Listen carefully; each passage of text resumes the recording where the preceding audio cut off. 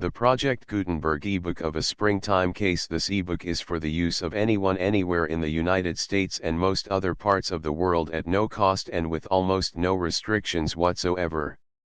You may copy it, give it away or reuse it under the terms of the Project Gutenberg license included with this ebook or online at www.gutenberg.org. If you are not located in the United States, you will have to check the laws of the country where you are located before using this ebook. Title: A Springtime Case, Atsuya Koroshi, Author, Jun'ichiro Tanizaki. Translator, Z. Tomatsu Iwado. Release date, March 10, 2024. Ebook number 73132. Language, English. Original publication, Tokyo, The Japan Times, 1927. Start of the Project Gutenberg ebook. A Springtime Case. Transcriber's notes. Cover created by transcriber and placed into the public domain.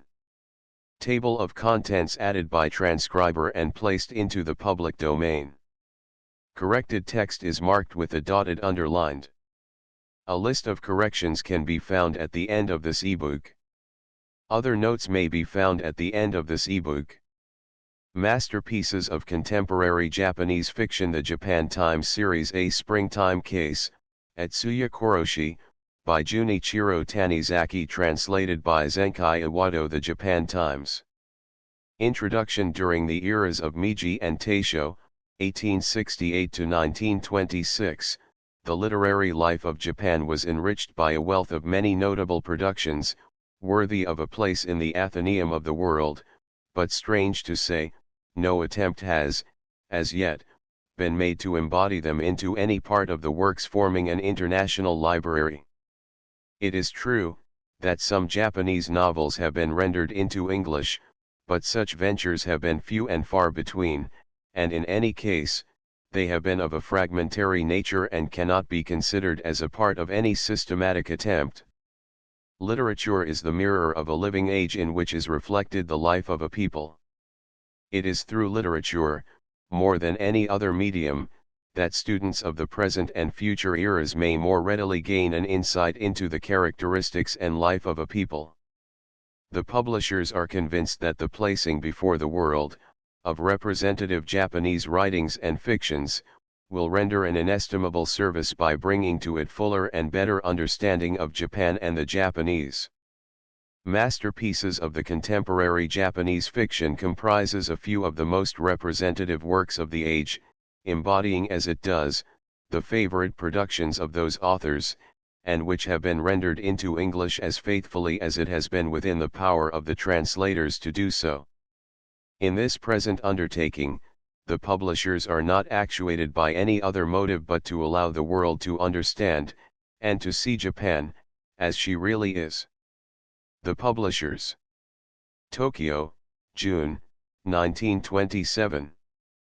Translators note: Jun'ichiro Tanizaki, the author of Atsuya Koroshi, presented here under the title of A Springtime Case, is a man just turning the age of 40.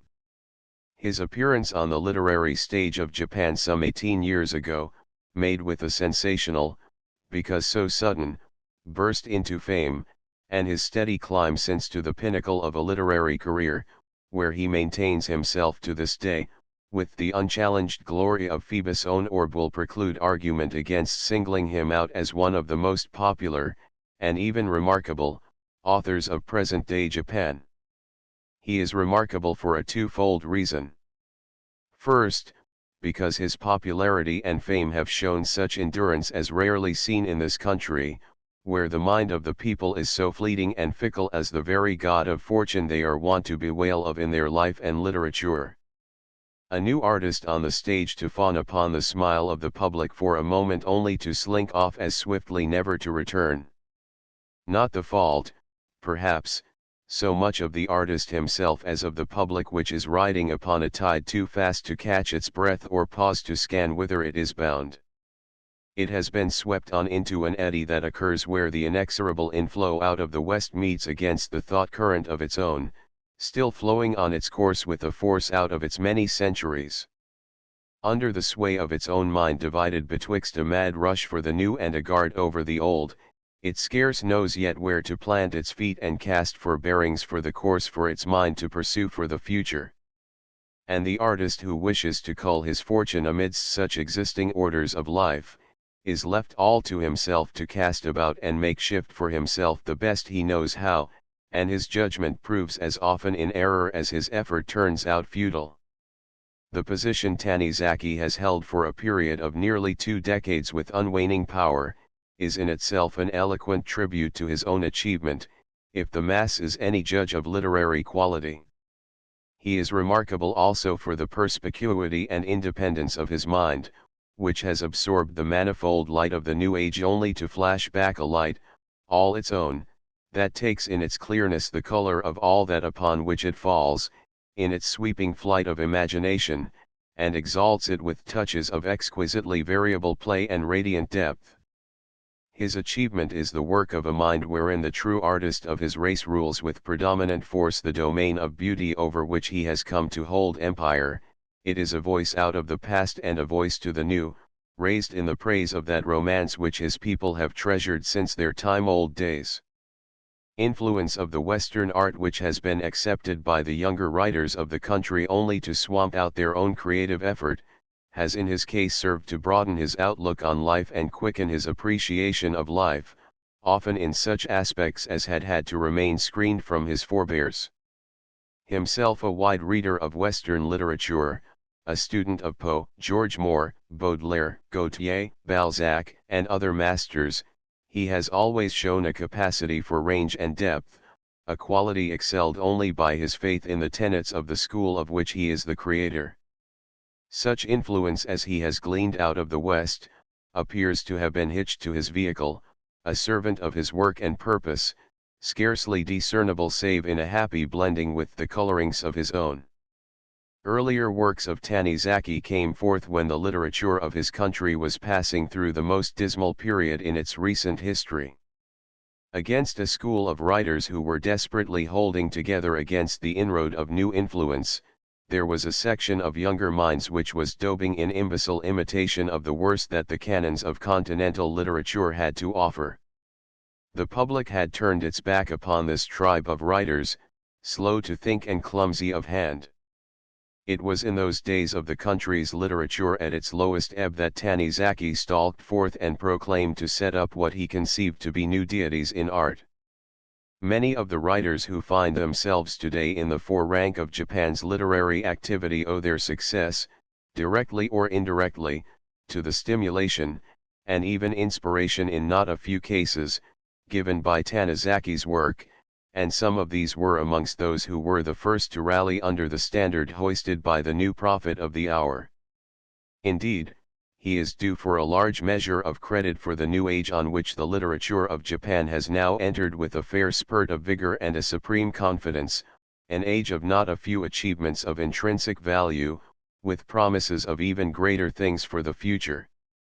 This accrediting is but fair acknowledgment of the work of the writer who has been a decidedly predominant force amongst those helpful in ushering in this new age. Beyond this, it would perhaps be difficult to go in estimating the position of the writer who is now at the zenith of his career, and has still so many springs and autumns, as the native phrase goes, to turn out the work of his maturing mind, as even he continues to do. Broad of sympathy and versatile of mind, Tanizaki has turned his hand to more than one form of literary work. Scarcely less successful in drama than in novels or tales of smaller scope, it would probably be best to turn to his dramatic work to seek for his expression on life. However, it is in his briefer stories that his artistic self seems more congenial with itself, and certainly more enticingly attractive. The subject of the present translation, chosen from such a point of view, may not be precisely typical of his mind, but typical certainly is it of his art.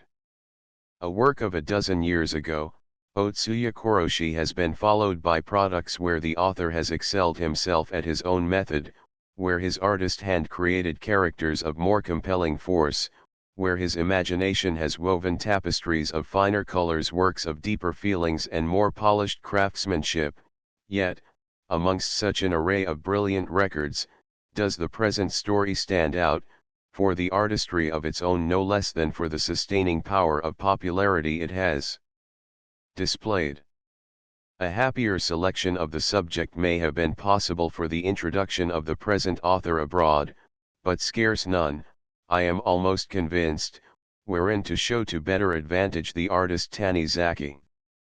The plot of the story develops under circumstances that must be those of strange unfamiliarity to the Western reader, and the characters are sometimes concerned with problems that must be of no less peculiarity, if not lacking in a quaint appeal of their own. These are, however, details slightly to be treated, certain not to be an obstruction in following the thread of the narrative, making almost negligible demand on the imagination of the reader. For the translation itself, many apologies are due, no doubt, but less explanation will be necessary, I trust. If it has not been done with the deftness of one to the manner born, of which I am more than convinced, it has at least been kept faithful, so much so as to present the process of thought and the mode of expression in the order it was originally conceived and expressed by the author. The translation in itself is an acknowledged defeat in its purpose, for it falls below the artistic heights attained in the original. Departures from the original text, which are not so many, have been made only where the translator deemed such to be necessary as inevitable considerations for a right, if not an exact, presentation of the tone conveyed in the Japanese, or where, and these are few indeed, a literal translation would result in such ludicrous incongruities as never meant by the author. In the face of such obvious difficulties, the present undertaking has been pursued, and perhaps, with more or less the proverbial courage of one who treads where the angel dreads, in the conviction that modern Japan, which has forced itself into a worldly recognition in the armed profession, should be weighed for achievement of its mind along some different path, where its passion of a more peaceful sort, though no less strong, and where aspirations of its living mind, are concerned, where its people feel its true honor to be weighing in the balance. And it is my prayer to the 8 million deities that are told to guard over the shores of Japan, that the present work may speed on its way overseas, and, though seen through a filmy screen brought on its face of beauty in the process of recasting in a strange language, may meet with such reception as it merits in those countries where the people have shown themselves so ready with their sympathy in the cases of Hiroshige and Hokusai, of whom Tanizaki, different as the mode may be, chosen for the expression of his artistic soul, is certainly a disciple of no mean distinction. Zenkai Iwado. Kamakura, May, 1927. An introduction. The scenes of the present story are laid in the town of Tokyo, which in those days was still known as Yedo, a name today seldom mentioned save in connection with that period of some 200 years leading close up to the dawn of the modern age of Japan, generally known as the Restoration, when the fine arts and literature of the country, with their center at Yedo, reached a state of splendid activity, with few parallels in the history of the country. It were not going too far, in fact, to say that the name of Yedo today conjures up a period of peace, with the whole nation glorying in a free and full enjoyment of life, following the dictates of their own hearts and minds, in a complete deliverance of spirit from the black reign of the war god. The nation which had returned to peace some 80 years since, and claimed the rightful heritage of life which had been denied them under warlike conditions prevailing throughout a period of some 300 years, had by this time developed a civilization quite unique for its romantic fervor. Not a civilization to be considered in terms of steam whistles and bicycles, to be sure, but a state of artistic emancipation where the soul of man was honored and the aspirations of mind exalted. Under the administration of the Shogun government, the country fared well, and even waxed rich in so far as the welfare of the people was concerned. The piper piped, the people danced. The blade hitherto kept whetted sharp was now allowed to rest rusting in its sheath. The hand hardened in warlike training had now turned to the plow or to the brush and the chisel. Art grew rich and literature advanced. In the age of the Genroku, the new spirit of the country had reached a state of ripened mellowness. Its name carries to this day visions of vivid colors and brilliant freedom. It is back to those times of the Edo period, deep into the life of that age, that Tanizaki takes us in his present story. If he has treated the subject with a modern touch in some aspects, his canvas is nevertheless done true to the tradition which masters of the age have left in their supreme understanding of color and line. Tanizaki consistently displays himself an unerring judge of the tools at his service, and is ever sure of the effect to be attained. His colors are striking, if often bold, his lines always forceful, because simple. The story concerns a great deal with one particular side of Japanese life, as it existed in those days of old, and even continues to this day with but slight changes in certain aspects. It is just the side where the impassive mask of the Japanese stoic is thrust aside in a true enjoyment of life, where the best and sweetest in the Japanese woman is brought forth for the benefit of man. It is a world of the geisha which is generally translated as singing girls, an epithet so misleading, because whatever vocal talent they may be called upon to display is given not on the stage or in the public, as it suggests, but is given for the entertainment of men who have elected to confine themselves in their private company. Not a community where licensed vice is trafficked, but an institution where the woman's artistic attainments and wits, no less than her personality, are thrown in direct touch with men within encompassed society, a system born out of a moral notion that disfavored open association between men and women. Here one particular class of girls and women enjoying social freedom in much the same sense as we understand it today. So different from their sisters, more honored but more unfortunate in many points, the geisha are trained in full consciousness of social opportunities, developing such qualities as make their personalities attractively pleasing, and often make possible their own advancement in life, marrying into fortune or position. If the men of the country, warped in their view of womanhood by the dictates of certain moral schools, have failed to appreciate their women more fully than they have done in the past, they have here, at least, developed a society of unique arrangement to do more justice to their women, limited though they are in number, and offer them such opportunity as is denied to the ordinary woman. Nor would it be too sweeping a statement to say that much of the best in Japanese womanhood has been brought out only in the girls and women of the geisha class, who are, at the least, the real moving spirit of social life of the country. Those are generalities, not an attempt to deny the existence of two sides to anything. There are geisha who cheapen or even disgrace their profession, beside those who grace it, make it dear not only to the hearts of men, but even of women. If wine flows too freely where geisha are present, it is not so much their fault as the men's. If there are paramour loves where they are concerned, those things are but incidents, for which the geisha should no more be censured than the men. Brief reference to what is generally known as tea house, ryuriya or restaurant, and geisha house, will not be out of place here, though not exactly essential to the intelligent following of events in the story. The geisha are almost in all cases brought together to live within some particular parts of town. This is more for the reason of convenience than from any other consideration. It is necessary for them to be within a circumscribed area so as to keep themselves within easy reach of the kamban, or the call station which receives the calls for geisha from tea houses or restaurants and transfers them to the geisha houses. Girls of the profession, as a rule, live or register themselves at the houses which are officially known and approved of as places for the conducting of such business. It is often a case that a house of this description advances money to a girl just entering on her professional career, an event involving considerable outlay mostly in lines of dresses and personal ornaments. The house which charges a certain rate for the girl's registration, and often for board, too, takes for itself a certain percentage on her earnings, toward liquidation of such advanced accounts as there are.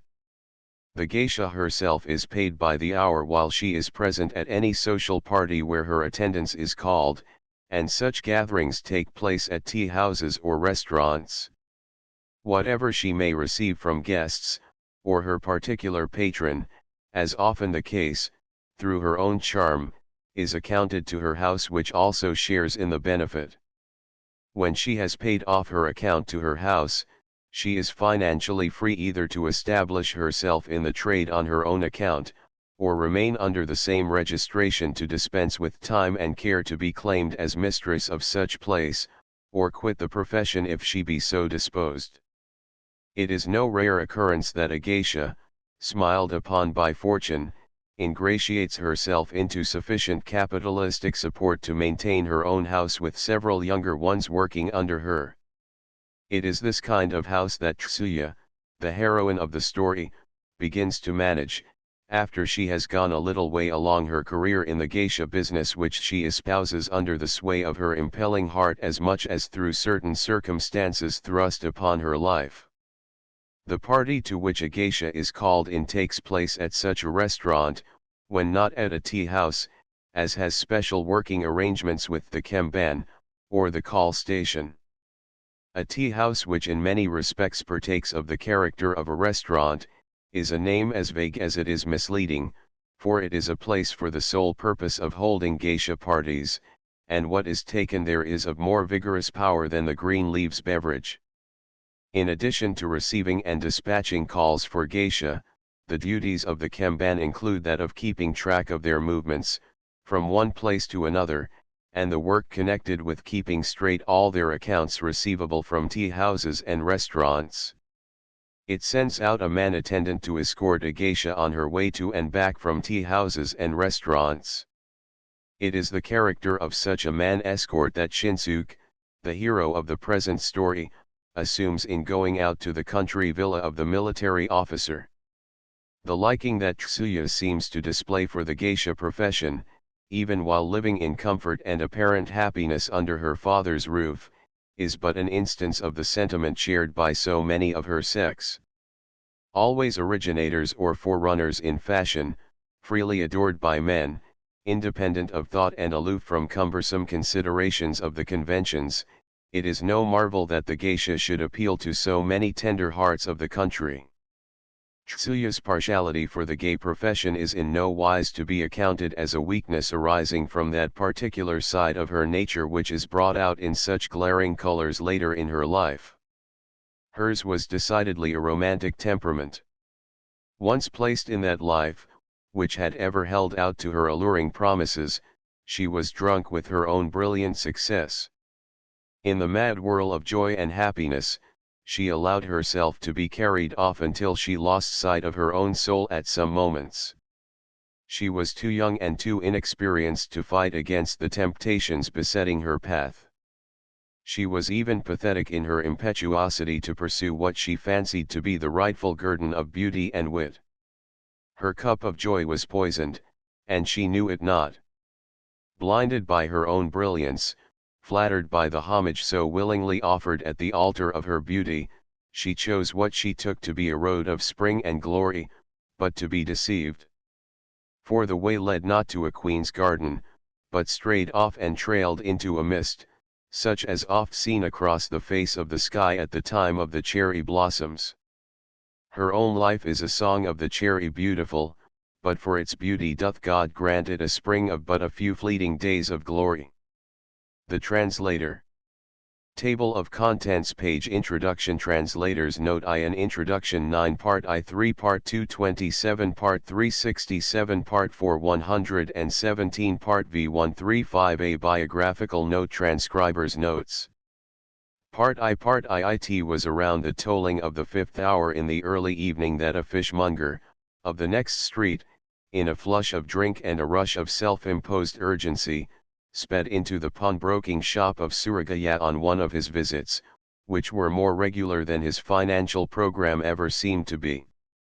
He jingled money in his breast pocket, singled forth 2 silver pieces, quite bright and new, just given him, as he explained, by an officer living in the Ginzawa, and asked back such of his dress things as he was evidently to need for the New Year's holidays: livery coat, outer gown, and so forth, now neglected for 3 months in pledge.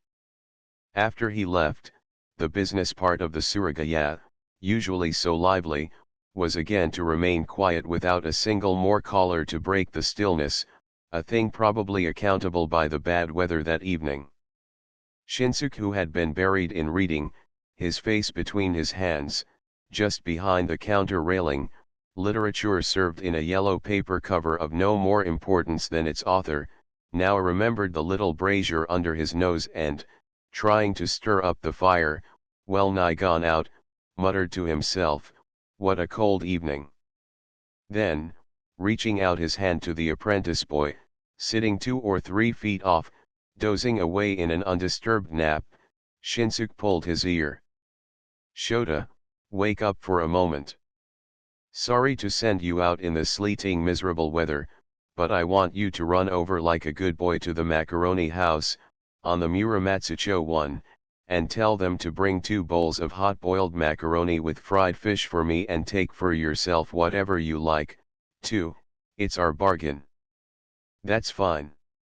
Now that I'm awake, I feel cold and a little hungry. Before the master comes back, I'll let you treat me to something warm and nice." The youngster bestirred himself, tucking up the lower part of his clothes and, snatching down a broad-brimmed rain hat hung near the entrance, sailed out into the sleet and cold. In the meantime, Shinsuke straightened up the things on the counter, put the padlock on the storehouse, and closed the main entrance door on the street. "We shall be late coming home tonight, may even have to stay over till tomorrow morning. See carefully that the doors are all fastened, and everything is in order," said his master in the early evening, when he was leaving with his wife, on their visit to a relative over in Yotsuya, just gone into mourning. Remembering this parting order, Shinsuke, a lantern in hand, set out looking carefully around, from the kitchen door to the back entrance gate, up the flight of steps leading from the maids' quarters, to the doors on the balcony perched on the roof for clothesline, making sure of bars and bolts everywhere. As he retraced his way down the steps, his lantern threw its dim light bringing out of the darkness the faces of 2 servant maids, slumbering away so comfortably under heavy bedclothes. "Are you already asleep, O Tamidon too?" His query, though voiced in a tone raised above the ordinary, received no response. Softening his footfalls even more carefully, through the hallway, whose wood floor was so cold for his bare feet to hug, he came round to look over a train of sliding panels that screened the veranda from a space of inner garden. The veranda led to one of the best rooms of the house, where a bedroom lantern shed an elfish light upon the paper doors. It was generally used by the master and mistress for their living room, fitted as it was, with the family mortuary shrine, a large-sized brazier, a tea cupboard, and other articles of household paraphernalia. Tonight, Tsuya, the young mistress, had evidently taken it for herself and gone to bed there. Ah, how warm and snug it must be in that room there. As the thought flashed through his mind, suddenly he seemed to find himself face to face with the miseries of his own wretched self, of the life meted out to a man in menial servitude. His eyes, aglow with envy, lingered on the soft glow on the paper. He had now for a full year nursed a deep love for Tsuya, whose feeling toward him was as tender and enduring. However madly they might love one another, his master's daughter was out of his reach. Had he been born to a family of name and means, he would claim this beautiful Tsuya as his own. It was his wont thus to lament his own misfortunes in life. It must have been close upon midnight. The cold air relentlessly oozed its way into the house. While at a pause in the veranda hall, Shinsuke shivered as he had to feel the cold drafts coming in between the sliding doors. Out of the warm depths of his bosom, he pulled out his hand to take the lantern and relieve his right hand, which was now chilled to the aching point, and on which he kept blowing his warm breath. He could feel his thighs so bare and chilly in their touch against each other, as if they were not his own. His shivers, however, may not have been accountable by the cold only. "Is that you?" Shindan hailed Tsuya, just as he was going past outside the sleeping room. She either awoke just then, or had been awake throughout. Then, she apparently opened the shade over the globe-shaped lantern to turn it toward the hall, for the glow on the paper outside was thrown into a brighter light. "Yes, it is myself. The master's late, and I thought I should go around to make sure about the doors. You're ready to turn in, now?" "No, I shall just stay up all night until the master comes home." As he spoke those words, he lowered himself on his knees outside the room, placing his hands down, correctly putting himself in an attitude of respect due to the daughter of the family. Almost at the same instant, the screen doors were pushed back, opening about a foot wide. "It is cold out there, come in and shut the doors behind."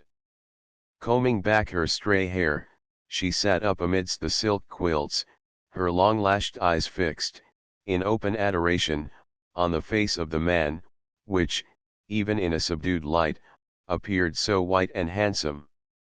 "They have all gone to bed, I suppose?"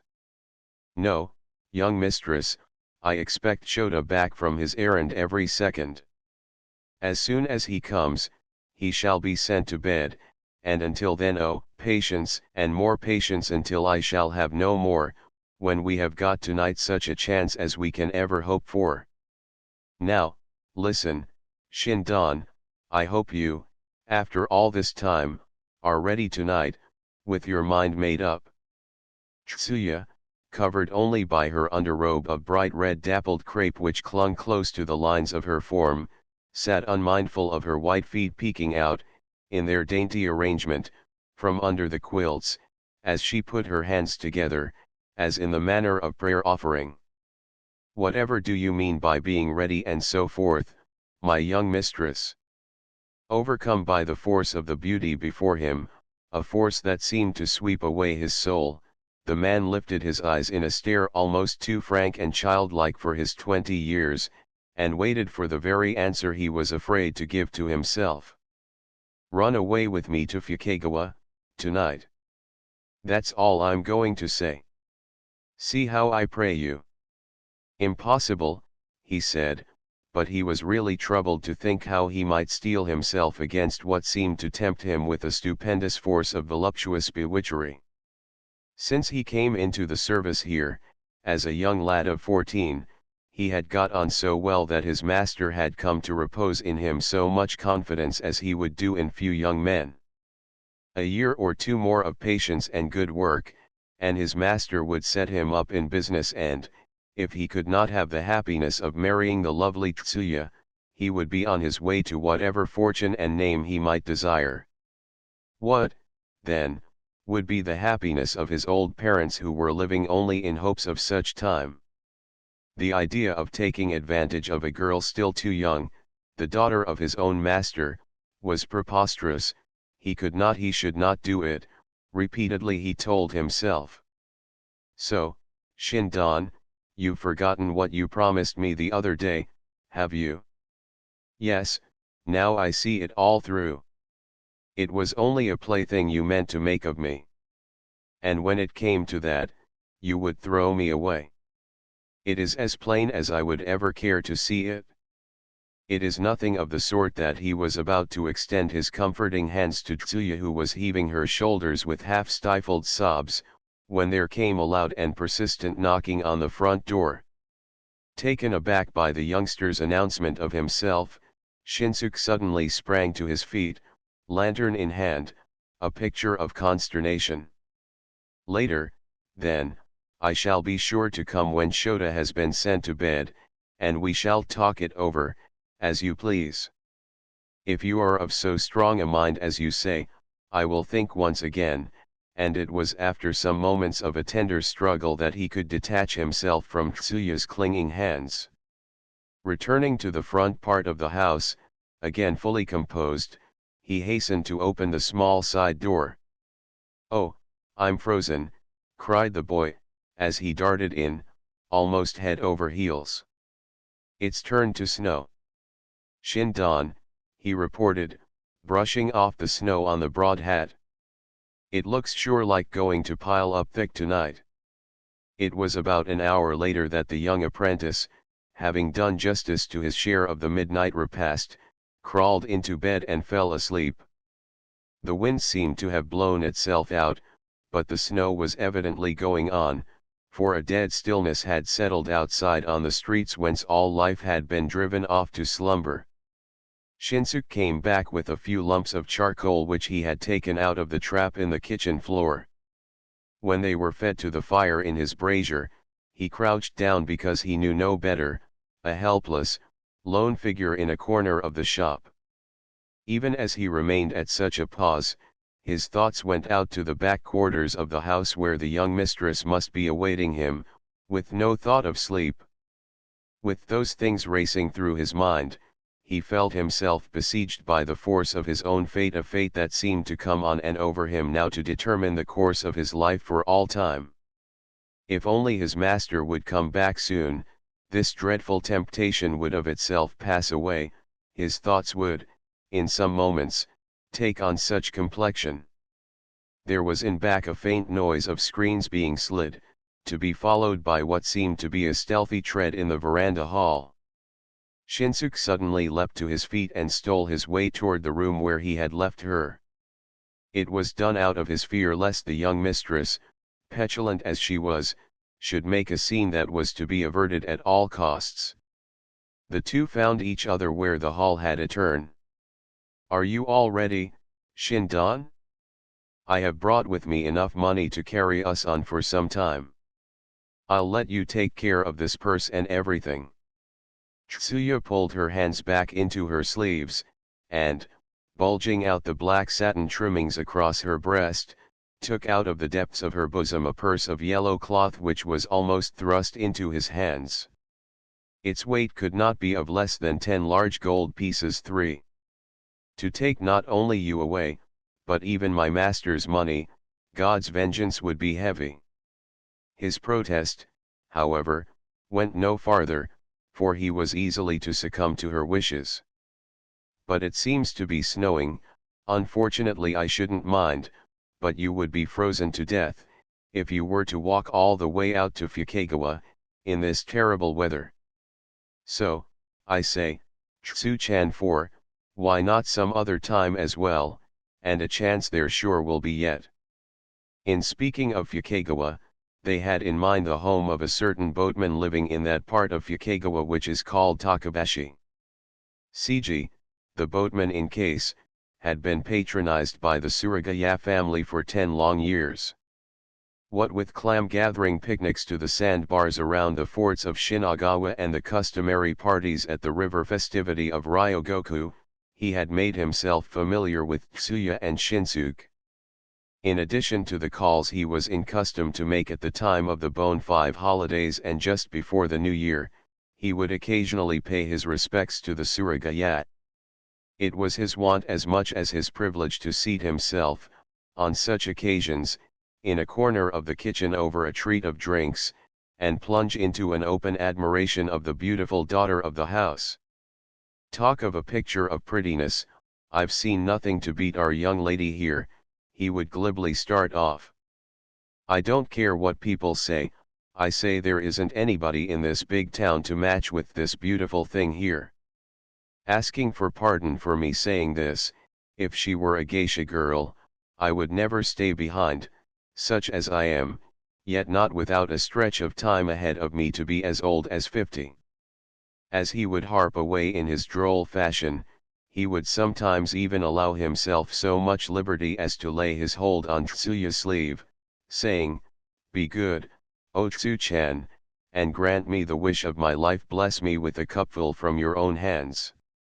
Not for a long time, just one cupful, and never more than that, and the folk would laugh at what they looked on as a good-natured mimicry of one who might make bold to advance on her attention. 6. A man trading on river traffic, running wherries to carry fares going up to and coming from Yanagabashi, Fukagawa, Sanya, Yoshiwara, the gay quarters clustered along and about the only watercourse of the town, and living mostly within the pale of a world where wine flowed and folks feared not to talk of sins.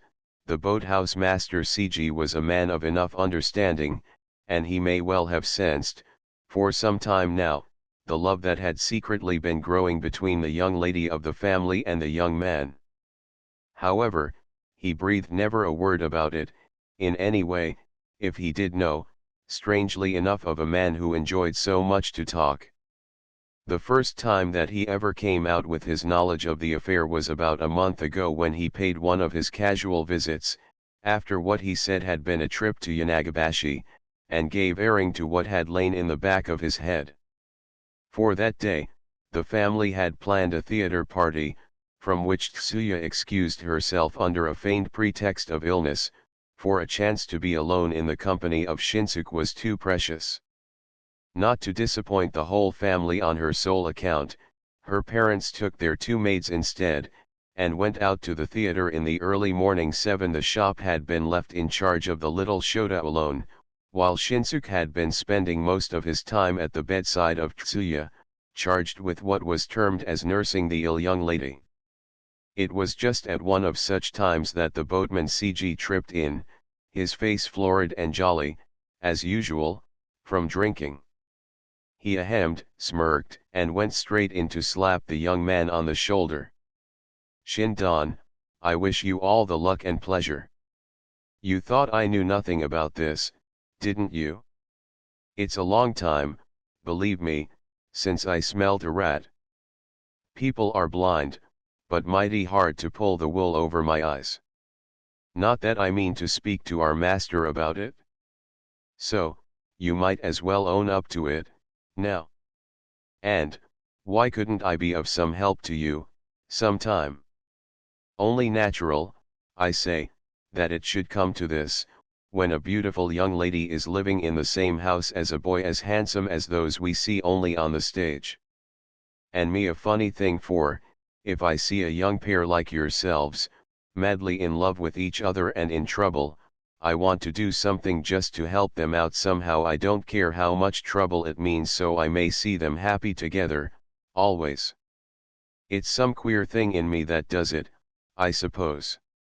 Taken quite off their guard, the young pair helplessly looked at one another, as they felt cold shudders run down their backs. CG, however, framed himself in an air of so knowing assurance and worked himself up into voluble exuberance, for the reason he seemed to know the best. A man who means to love must never be so weak-kneed. Might as well come out with the whole thing, and why not? You shouldn't keep such a thing in your young hearts and suffer. It would be a far sight better, a shortcut, too, if I were to take the whole thing up with the master and reason him into allowing you both to marry. No flattery, but Shindan ought to be a good enough man, what of his handsomeness, clean mind, and cleverness. I should be surprised if our master wouldn't agree to it. If that were possible, we should ask him ourselves, without giving you the trouble." The young Shinsuke was inveigled, in spite of himself, into giving a full account of the situation they were in. Tsuya was the sole heiress of the family, and he was the only child his old parents had. Each was bound to remain in his or her own family. However much they might think, there was no way in which to make their marriage possible. I would kill myself, if we couldn't be together. Tsuya broke down on this. After she had followed the rueful account of her beloved one, she sobbed as one no longer able to fight down her rising emotion. "Calm yourself, young lady, calm yourself," consoled the boatman. "Now, I know what I could do. Listen to me. You will run away from here and come to my place. It will be just a way to get round the trouble, and I know what I talk about. You can leave the rest to me. I will see the old folks of both sides, and, depend on it, I shall reason it out with them and get them to agree to it. In fact, the young lovers had talked of eloping earlier in the very same evening. Seiji's suggestion came to prompt Tsuya in her ready decision, right then and there. Shinsuke, however, had not been able to see his way quite so clear in his decision to this day, and even to this moment. "Do you mean to back out, now?" As she spoke, she clasped the wrists of the man who still lingered in a pensive attitude, his hands folded and his head drooped low. With her form bent over, like a bamboo bough under a heavy weight, she leaned herself against him. She fidgeted, fretted, and shook him, threatening with "I'll kill myself, if you don't come. I give way. I can't be firm. And let things take care of themselves, for I go with you, as you say." Shinsuke quickly went back to the shop, and pulled his own wicker box out of the deep recess of the closet. He took out of it a heavy cotton dress and changed it for the one he had on. It was a gift out of his father's old wardrobe and the only piece of clothing that had not been given him during these years of service. He felt he could not go off in any of these clothes without his thanks to his master. Then, going to the case at the side entrance, he noiselessly picked out Tsuya's lacquered pair of rainclogs which he hugged tightly under his arm, as if he treasured them, in retracing his way to the veranda. The sight of the girl at a pause there. He was almost aghast to think that she meant to go out in this bitterly cold weather in such attire, her hair bared to be seen in its freshly made coiffure, silk checker dress of bright gold and black, heavy sash of brocade satin girt just below the breast and nothing to cover her feet.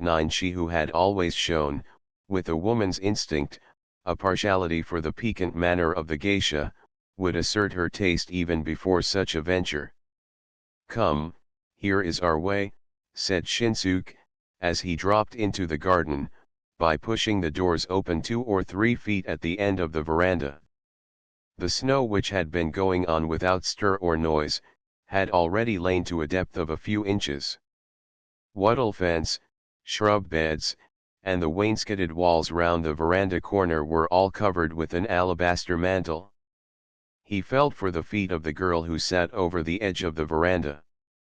In the faintest half-light of the snow, he managed to place the soft, but icy, solace of her feet over the bottom of clogs.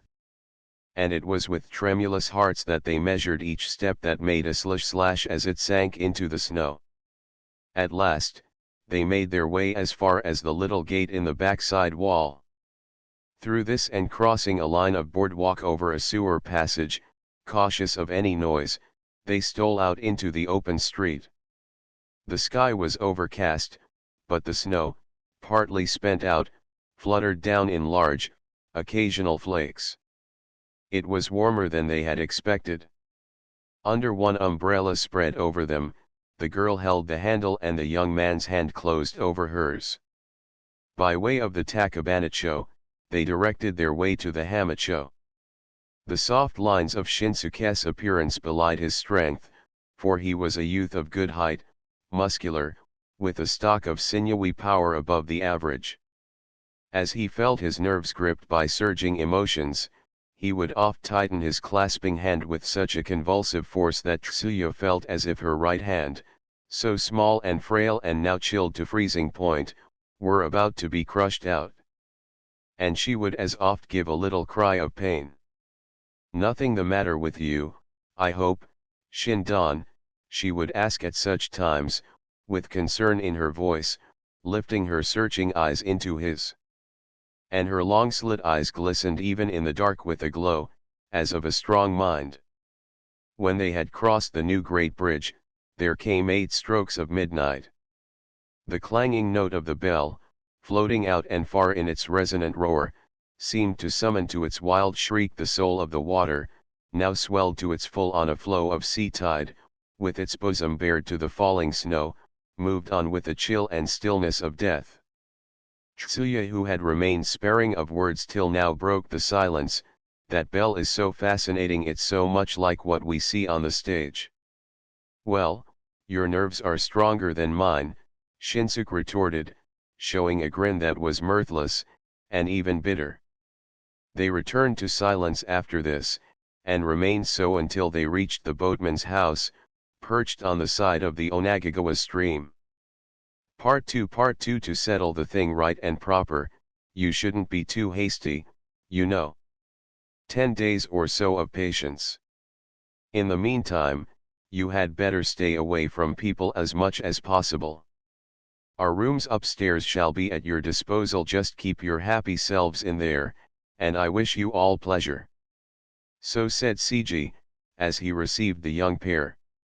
His wife and all the menial hands were properly instructed and warned. Their friendliness was excelled only by their hospitable eagerness to serve their wants. However, 10 days had gone by, and even a month had passed, without any tangible good news from the boatman. Seiji Santen is a busy man and, because things didn't turn out just as he had hoped, he might be staying back, though he wouldn't like to disappoint us as yet. It was a piece of suspicion that had begun to dawn upon Shinsuke's mind. Tsuya, however, would take the situation in a more philosophical vein.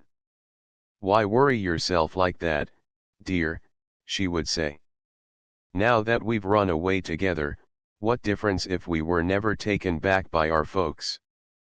We might just as well take up a home for us two only.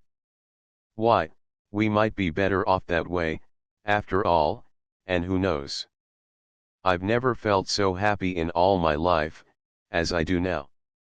Little care, let me tell you, if I never went home to them. Since coming to this new abode, Tsuya had completely changed. She was more buoyant, jolly, and bold. Their window looked down, almost straight below, upon a stone-built bank which rose sharp over a narrow canal running into the Sumida River. Hither would daily be brought a swarm of roofed wherries to take on parties of men and geisha who had brought with them the spirit of the gay quarters in Fukagawa and up the river. Nor was it a rare happening that some of these parties should take up rooms partitioned from the young pair's room only by the doors of paper screen, and plunge into a free and open jollity, as careless as it was annoying. It was not long before Tsuya began to pick many ways and manners from these people she saw or heard. Her hair, which was done in a maiden style when she left her home, soon had to be changed. On the 4th day after she came here, she had her hair washed and combed back into an easy knot at the back of her head, with only a single comb stuck in sidewise, a style of comfort at the expense of decorum. Donning a dressing gown of garish pattern that the boatman's wife offered her against the cold, and the frequent practice of smoking crowned her attempt to imitate what was thought to be the at-home manners of a geisha. When she picked up some words from the vernacular of the prostitute class and unwittingly used them a couple or so times, Shinsuke thought he should step in and call a halt. "What language for you to speak," he said, with his brow knit with displeasure. "Why should you have to take to the ways of those wretches? I am even too proud to speak of them." He fought for his and their dignity of mind. It was not difficult to imagine that, but for his Tsuya, he might have remained true to the accepted idea of the regular life of a man. It was small heed, however, that the young woman would give to his ideas on such lines. She had been completely carried away by her own happiness and her satisfaction with the new life, and made it a life of frivolous laughter, from morn till night. And just to feel the fullness of her heart, she would even rhapsodize her whims and fancies at meals, ordering this dish and that to indulge in Epicurean luxury. She would grow generous every 3rd day or so and declare a wholesale treat to the entire family, remembering even the hired boatman. Through the thoughtfulness of Seiji there were always bottles of drink at dinner in the evening. When she held out her cup to be filled, it was done with a gesture of one still unused, but drink she would with an eagerness to assimilate the ways of the hardy sex. Some nights when she was too heavily affected by drinking, her face would glow with such a passion as possible only of a frenzied rage. She would writhe and wallow, her body a veritable flame, giving him no sleep through the night. They were swept and dragged into a whirling eddy of pleasure which seemed to threaten to choke out their very lives. So time wore on. The busy year-end was fast pressing on. The market day of the Hachiman shrine on the 15th of December was past. Still there was no news they had so anxiously awaited. "I'm just now talking to your folks, in the thick of my fight. 4 or 5 days more of patience." Such was the refrain the boatman would harp on, with a drawn look of sincere sorrow, whenever he saw the pair and was asked to explain. And they would invariably feel that they should not press him beyond that point. "Cg-san, what's been done has been done, though I must ask 1,000 pardons of my master, and if we are not to hope to go back there, we must have it so. We have prepared our minds for the worst, and, therefore, ready to set us up in a home of our own, if it has to come to that. There will be no disappointment or sorrow to drive us to anything extreme or rash, I assure you. So, tell us, I pray you, how you have fared with them and how you stand now, for we must know. We can't let it go on much longer, just living off your goodness." Shinsuke's earnest appeal, however, would always meet with a response more benevolent than it was ever satisfactory. "No worrying on my account," the boatman would answer.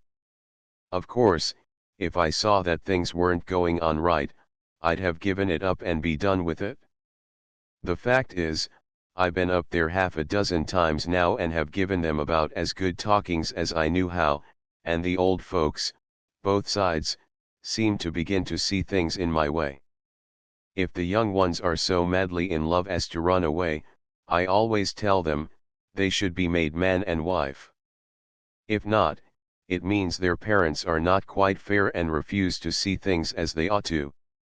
Very well, I tell them then, if you don't want to take them back, I will take them in until you are ready to change your minds. And while they are with me, you may depend on me for good care. Now, you see," he said, in dismissing the subject with a touch of flippant humor, "there is nothing for you to worry about. No matter how perplexing and difficult the question may have become, old folks would certainly detest the idea of dragging it on into New Year, the time of all times, and let it darken their life when they were particularly anxious to call in happy auspices. Everything would, therefore, be settled, they reasoned, before the year would be over, at the latest." Shinsuke hugged such hopes and anxiously awaited the dawn of the year which seemed to hold forth so many promises. The indulgent way of life they pursued daily told on the fund of 10 gold pieces that Tsuya had brought from home, and there remained now less than a half of the amount. "You can't greet New Year with the cheer that 5 paltry gold pieces can give," she explained, as she called in the aid of her hairdressing woman, who was secretly charged to trade for money a pair of silver-fringed prongpins wherewith Tsuya had once decked her maidenly hair. And her generosity was maintained, for on the night of the 17th, the farm fair, one of the last events of the year, she handed out a present of 3 small gold pieces to be distributed among the hired hands, as her remembrance of the season. It was 3 days after this, at an early hour of the evening, Shinsuke and Tsuya were about to sit at table, when Santa, one of the hired boatmen, came clattering up the stairs. "I have brought good news for you," he told to Shinsuke. "I have just got a word from our boss. He is now with your father at the restaurant Kawacho, up the Yanagabashi way. It is going on nicely, he says, and thinks the thing is likely to be settled. So he tells me to get you in a boat and come over there straight away. But he thinks, if 2 of you came, it might be a bit awkward to carry on the talk. Sorry for the young lady, he says, but he will ask her to stay here. A bit of a rest up for your dear man, I say," he turned to Tsuya. "Evening off once in a blessed while won't be anybody's heartbreak." "But I fear something somehow," Tsuya said, as a sudden change came over her look, sinking in a depressed mood. It was good news, to be true, yet who was to know but things might not take just such a turn that her Shinsuke's going should be for all time, that he might not be taken away back to his father's home. Fear seized her, and there were fears that pressed on her mind. Nor was Shinsuke in any better condition of mind. It was for this very moment that he had so longed for, to be sure, yet, brought face to face with it, he felt himself helpless against a series of fears that loomed to cast grim shadows over his mind. What appeared to him the most misgiving part of it all in prospect, was the idea of brazenly dragging himself before his father to ask for his grace, without having obtained the forgiveness of his master against whom he had perpetrated such wrongs as he shuddered to think of. Insistently pressed on by Santa, who kept saying, "Hurry, as fast as we can make it," the young man but briefly fitted himself up and went down the stairs, concealing within him a leaden heart. Almost in the same moment, Tsuya was in his tracks and at his heels, for what reason she knew best. Just as the two men were about to step into the boat, she caught them by their sleeves. "Santa-san," she spoke to the boatman, "no offense to you, I assure you, but I can't feel somehow things are just right. Take me along, too, I pray you. You will never get into trouble on my account, I'll see you don't." "Aha, ha. What should I hear but this stuff and nonsense, young lady?" Santa, who had regardlessly sprung into the wherry, guffawed, even as he began to untie the fastening rope. "You're at the tricks of a spoiled child, but you sure don't mean it. No trouble for me or anything, I tell you, but what is all this fuss for? As if somebody were going to gobble him up. Just leave it to my boss, and everything will be all right. You ought to see, I know, you do see that your going there would simply mean poking a stick in the wheel when it's going on famously, too. If it has to be that way, I could keep myself in some other room and wait while the talking goes on. So, don't go without me, for goodness sake. I don't know why, but I do feel that I shouldn't let him go alone, tonight." She nimbly took a small gold piece out of her sash folds. "It's not every day that I ask you to do such a thing for me, Santa-san," Tsuya said, furtively offering the money up to the boatman's palm. "Once in a while, you might do me a good turn now. It's only the other day you gave me a good piece. No, you're too free of giving, and my boss wouldn't like it." After a moment of his unwanted indecision in such matter, he handed the proffered money back to her. To this young boatman, seemingly the most important one amongst Siji's hired hands, Tsuya had been most generous, of him she had been most considerate. What seemed to be his stony attitude just when she stood so badly in need of his help, was, therefore, all the more wounding. "I can appreciate the way you feel about me," said Shinsuke, "but, if your coming is just what Siji-san thought wasn't the thing to do, I'd hate to do so in face of the wish of the man who is giving himself all this trouble on our account, perhaps, a thing I should never forgive myself for, afterward."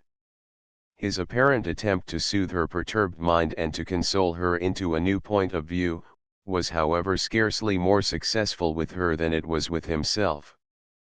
For, as he paused at the water's edge in the half-light of the dusk fast closing in, his face was washed with an uncanny pallor, and his shoulders continued to tremble.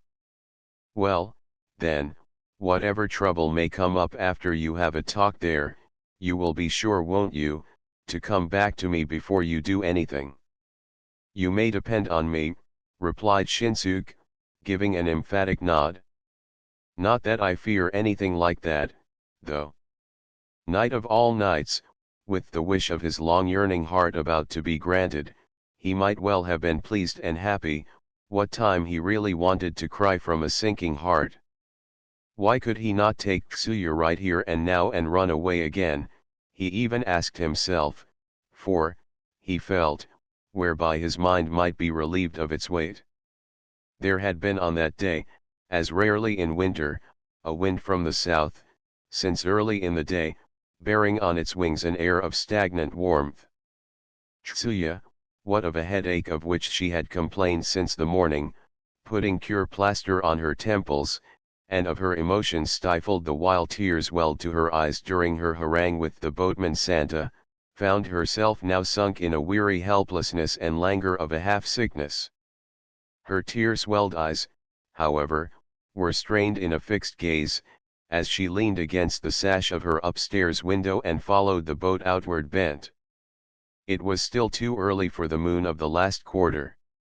A grim monstrosity of cloud, heaving beyond the fire tower at the new Great Bridge, outspreading swift and low in its menacing advance, had soon overrun across half the face of the ebony sky. The drapery of black night was lowered over the world of man. Santa's boat, light of movement, had sped on bearing away its torch fire, which was soon lost in the depths of river mists. By the time the boat had cleared the mouth of the canal to glide out into the midstream of the great river, Shinsuke had discovered himself wrapped in the void expanse of blackness, his eyes fastened upon a tiny speck of light that his long pipe gave, with a mind dispelled of cheer. "What an unpleasant night," he muttered half to himself. "It looks like bad weather tomorrow. I'd like to see the good weather keep up till New Year, at least," opined Santa. "It looks like a slim chance, though. When the wind falls off, it's going to rain any time now." He changed now from pole to oar.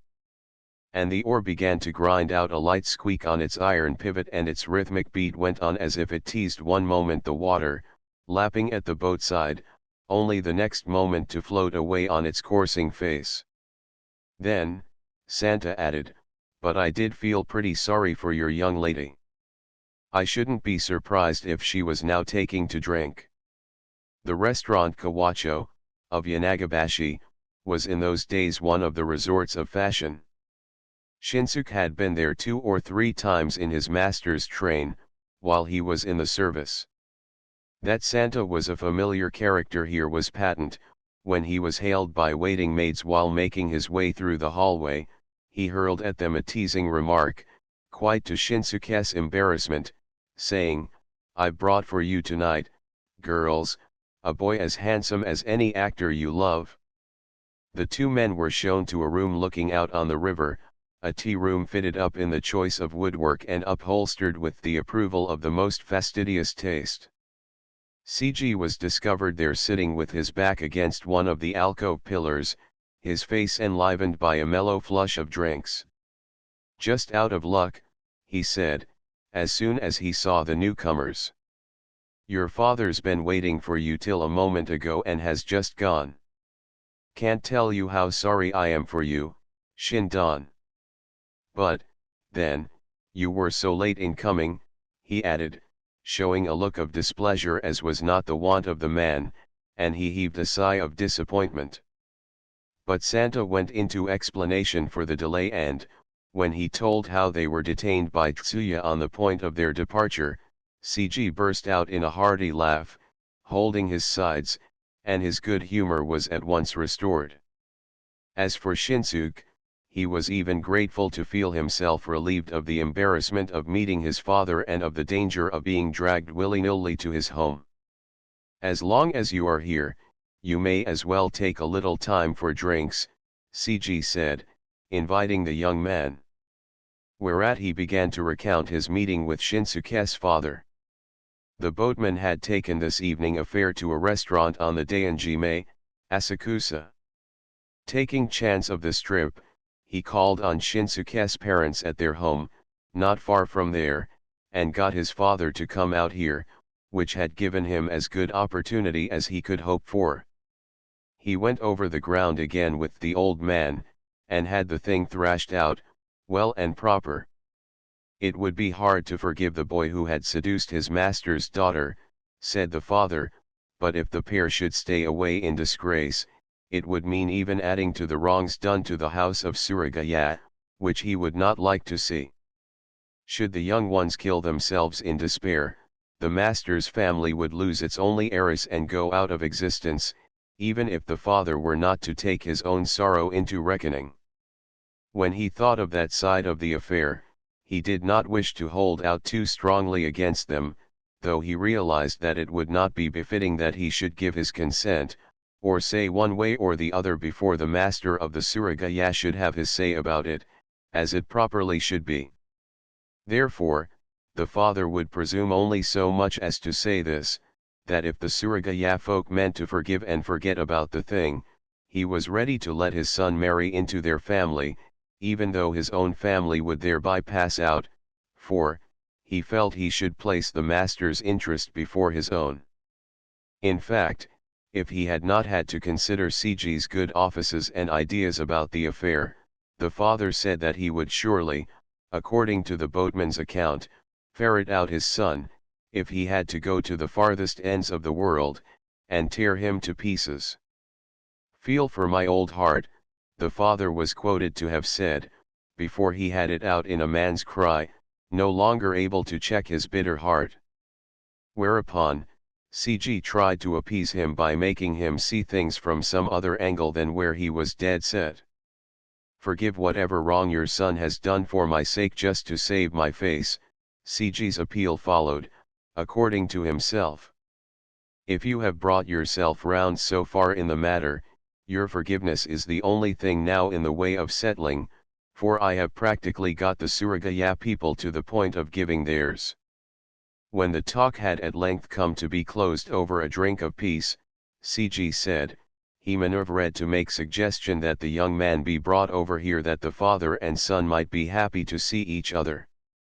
It would give the old man a chance to give his boy a talk so he should do no more misconduct.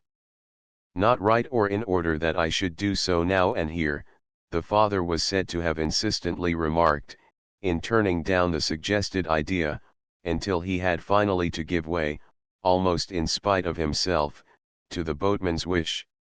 So, he had waited, and waited pretty long, but, because Shinsuke was late and because the father, who was a busy man always, had so much on hand just now, with the year-end close at hand, felt he could afford to sit here and while away no more time. So, he had gone, it was said, only a minute before Shinsuke came, despite repeated entreaty on the part of the boatman. "See, such is the heart of a father," Cg commented. And those words seemed to quicken the young man to a keener sense of the wrongs of which he was guilty and of the old heart that was almost too good a revelation, as he was led to feel. He drooped his head, bent himself low upon his hands placed down in front, in an attitude of humble gratitude. Tears trickled down on his bent knees. "Now, come to think of it, we've quite forgotten our drinks while we were at this thing," remembered the boatman. "Let us hope for the best, now, and, in the meantime, celebrate the success we are headed for. We'll drink hearty and proper. To be right, we should have geishas, but, you being too handsome a boy, I shouldn't put any more pitfalls in your way." Cg pressed drinks on him with an insistence that was matched only by his generous spirit, and the young man drank much. He was not of the sort that may be described to relish the taste of sake, but was of that sort that could keep his wits or his head up, however much he might drink, thanks perhaps to his hardy physique. In spite of his reluctant mind, he accepted each and all of the cups offered him in quick succession, and drank it with grace, out of his respect for the spirit of the occasion. Then, Santa's prediction began to prove true. The sky had been completely overcast, before they were aware. The falling off of the winds was soon followed by big drops of rain that came pattering upon the eaves. In no time, it grew into a torrent and began to pour down, as if the sky and the river had been turned into one sheet of water. Whilst their voices were oft deadened amidst the fury that went on with such violence as to make them marvel that their little room was not shaken up, the three men went on with their drinking, for some time yet. There were no signs of slackening in rain. It must be getting on the 4th hour. 11. Cg was impatient. I have yet another piece of business to go as far as Kome. But what am I going to do in this sort of weather? He gave way to his vexed mind, and, there was even a trace of viciousness in his gesture as he clapped his hands to summon the attendant maid. Shindan, you will excuse me, as I have but little more time unless I go in the palanquin. But no rushing, for you may as well take more drinks and stay with Santa as long as you wish. On this line of parting words, he took his leave. The two men had stayed behind for another hour or so, waiting for a visible change in the weather, when Shinsuke concluded that it would be a long waiting that brought no reward. There was his unexpressed concern for Tsuya, too. He declared himself as going, sure as he was to be drenched. It was suggested that he should take the palanquin, for, Santa could just as well take his boat over to a place for the night and follow later on foot. Shinsuke would not hear of the offer, insisting to share with him the lot of the rainy journey by foot. Well, it might not be so dreadfully bad, after all, Santa said in agreeing. For a good walker, it'll be just a nice little run over to Takabashi. We can borrow umbrellas here. Suppose then we just tuck up our clothes smart, and run down along the riverside way. Santa congratulated that there was no wind abroad, as he possessed himself of a lantern proffered by the tea house and prepared himself to lead the way. Shinsuke took up at the end of a rope a box that was to be for Tsuya's benefit, a part and parcel of the memory of the feast of the evening.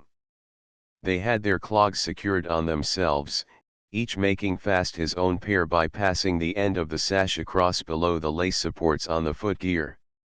Their limbs bared up to the knees, they started out from Kawachos. They spoke not to each other, for they gave all their mind to the rain and darkness through which they battered their way. Only a little way down the line ere they were drenched through. Up to the end of the Ryogokubahi bridge, thence to the right, and now out in front of the mansion of the Lord Hosokawa. Almost in the next instant, Santa gave a little startled cry when his lantern had been blown out. A wind should have been expected on the waterfront. At this late hour of night, there was neither traffic nor life to give them a light along this riverside road which was never lively or cheerful, and which was now desolate by the stormy rain. After the light was blown out, darkness pressed on them with a grim force, as if it threatened to suck them into its abysmal pitch. And was it a trick of their own minds that even the rain now appeared to beat upon their ears with a greater intensity of jarring note? I am sailing all right in the dark, but you should look out for yourself, Shindan, Santa was howling the warning. You have drunk rather heavy tonight, don't you know? And heavy had he drunk, it was true, as much as 3 pints, as he could make out. His host and Santa, out of their apparent concern for his condition, repeatedly asked him, saying, "Are you all right yet?"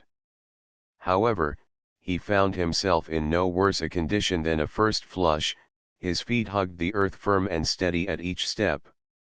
In fact, it was rather his companion, he thought, that needed care.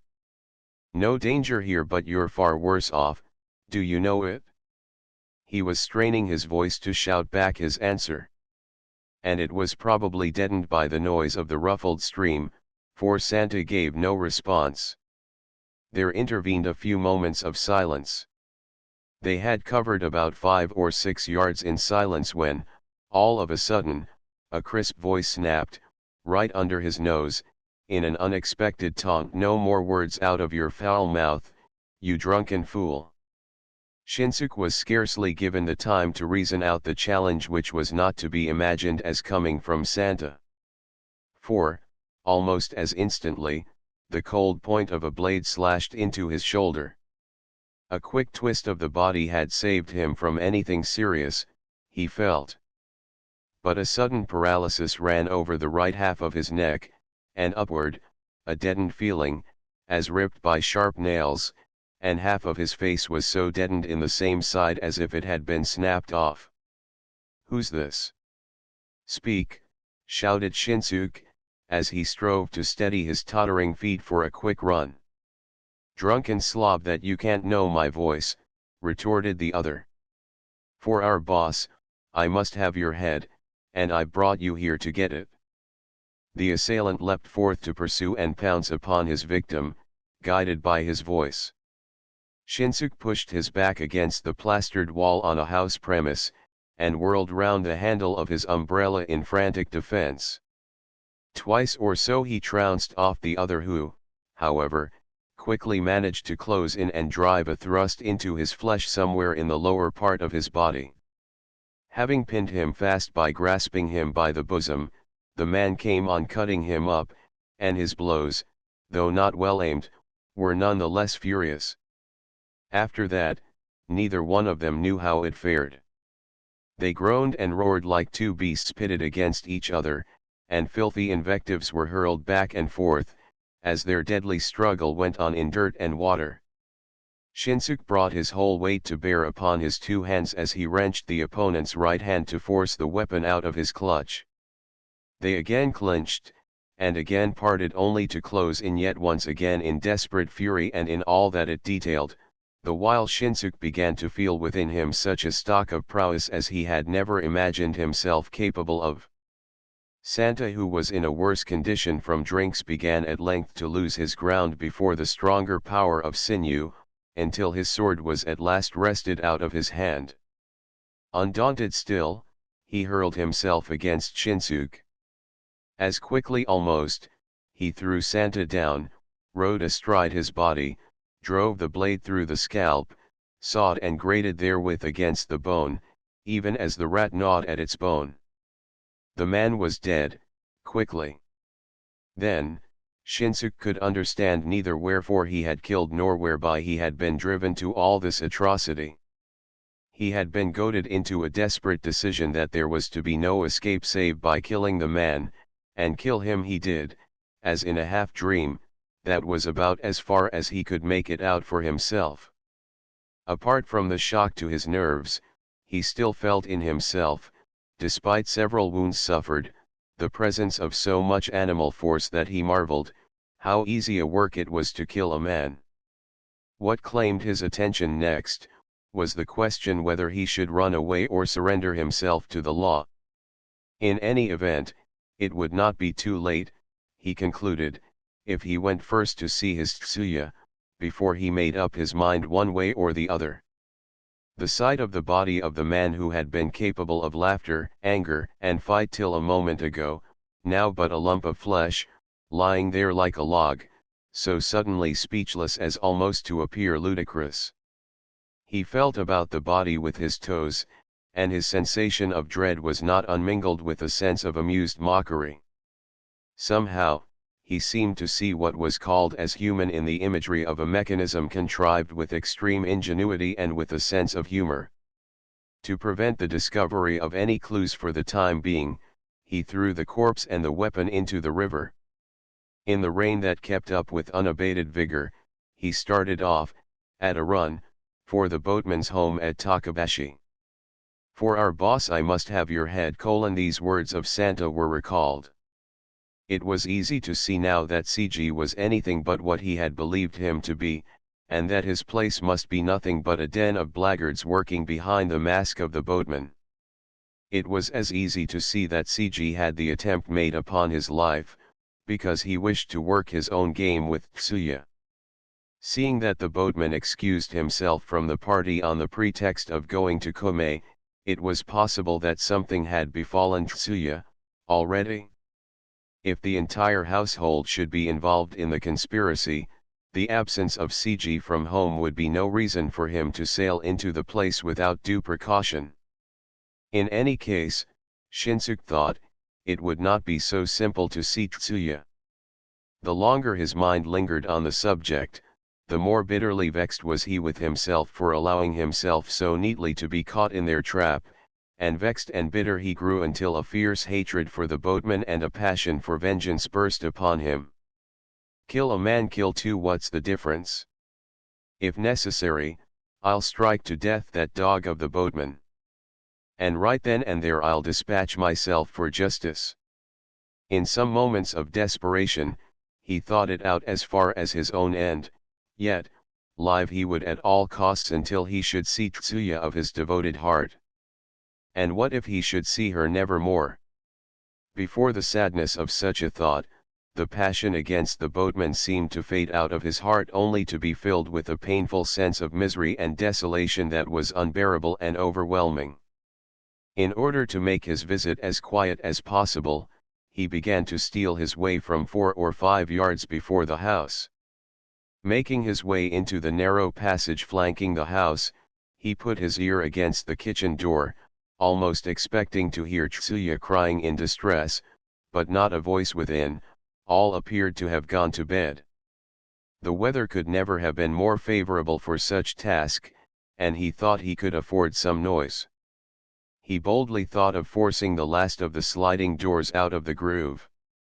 Under his gathered strength, however, he was instantly to be surprised by the yielding of the door, probably never bolted, lightly sliding back a measure. There was only a sleep-room lantern in the back room, shedding its faint glow, but no signs suggestive of any untoward happening. Nevertheless, he did not forget the precaution to pick up a carving knife, hung up by the sink in the kitchen, and concealed it in his bosom, before he went in, picking his stealthy way. And he had made his way just about as far as the foot of the stairs, when who's there? "Is that you, Santa?" It was the boatman's wife who challenged him, her voice scarce above a whisper. "Yes, it's myself," Shinsuke returned, in a tone as low and husky as hers, when he arrested his step sharp and short. "Well, how did it come off?" "All's well," she continued with her query, in a note of concern. The woman, placed close by the brazier and over the foot warmer, had evidently been waiting for Santa's return, without a wink of sleep. And strangely enough, the hired men who usually slept in the adjoining room were missed there, this night. Had Tsuya been taken off somewhere, he asked in thought, and it almost left him aghast. "No fear, I've done my part right and neatly," he spoke, imitating Santa's voice, as he brusquely shoved back the screens and put in his appearance before the woman. Continuing in the same low voice which sounded all the more awesome because of its tone of forced softness, he said, "Tell me where Tsu-chan is." "Why, it's Shindan," she gasped, but spoke no more. On the verge of fainting, she fought for self-possession by strained effort, the while she blindly groped in mind for some while to cover up the situation. Shinsuke's mien, however, was too forbidding and deadly to permit her such a chance.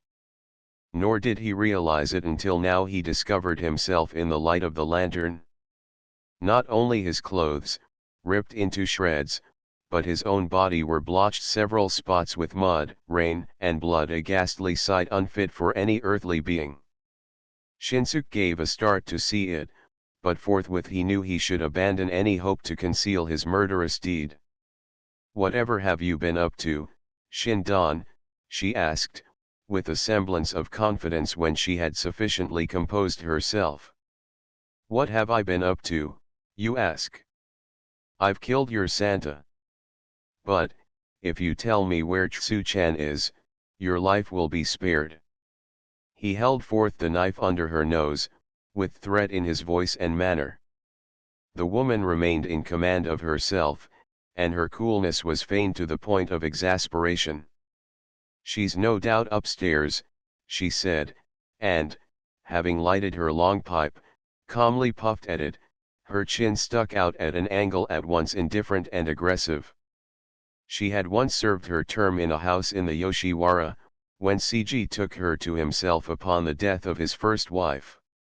Although somewhat over-largely made, she was of white complexion, extremely attractive of figure, a woman in the early afternoon of her life, about 32 or 3. Like a woman of strong will and nerves even to match a man's, that she had always vauntedly claimed herself to be, she was capable of facing the situation without flinching, maintaining complete mastery over herself. It was also presumable that the woman who had always looked down on him as a lily bud of a man had accepted the profession of his killing as little more than an attempt to scare her out of her wits, and, for the very reason, made her best to present an unflinching front. Search had to be made upstairs, in any case, he considered, and he set about to bind her, hand and foot, to prevent her escape in the meantime. "What's this impudence from you, green clown?" She bolted upright, and rushed on to bring down the thing to which she had accredited so little of manhood. But with a blow dealt on her spine with such magnificent force that nearly knocked her senseless, she rolled off in a heap to the mercy of the man. The killing of one man had turned him into an adept at the trick of adroitly bending, twisting, squeezing, knee-pressing the human body. It was with little ado that Shinsuke bound the woman, hand and foot, and gagged her. With the aid of a lantern, he made his way upstairs. Rooms, closets, behind the screens, and no stone was left unturned, but Tsuya was not to be found. He had expected as much, nevertheless, when brought face to face with the situation which left him no longer in doubt as to her kidnapping, he felt himself as helpless as a child forlorn and astray, a pitiful prey to the dark thoughts that assailed his mind.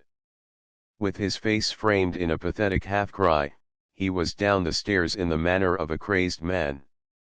Even hoping against hope, he went through all the rooms downstairs, looked all over the place, under the verandas, too, but Tsuya was nowhere to be found.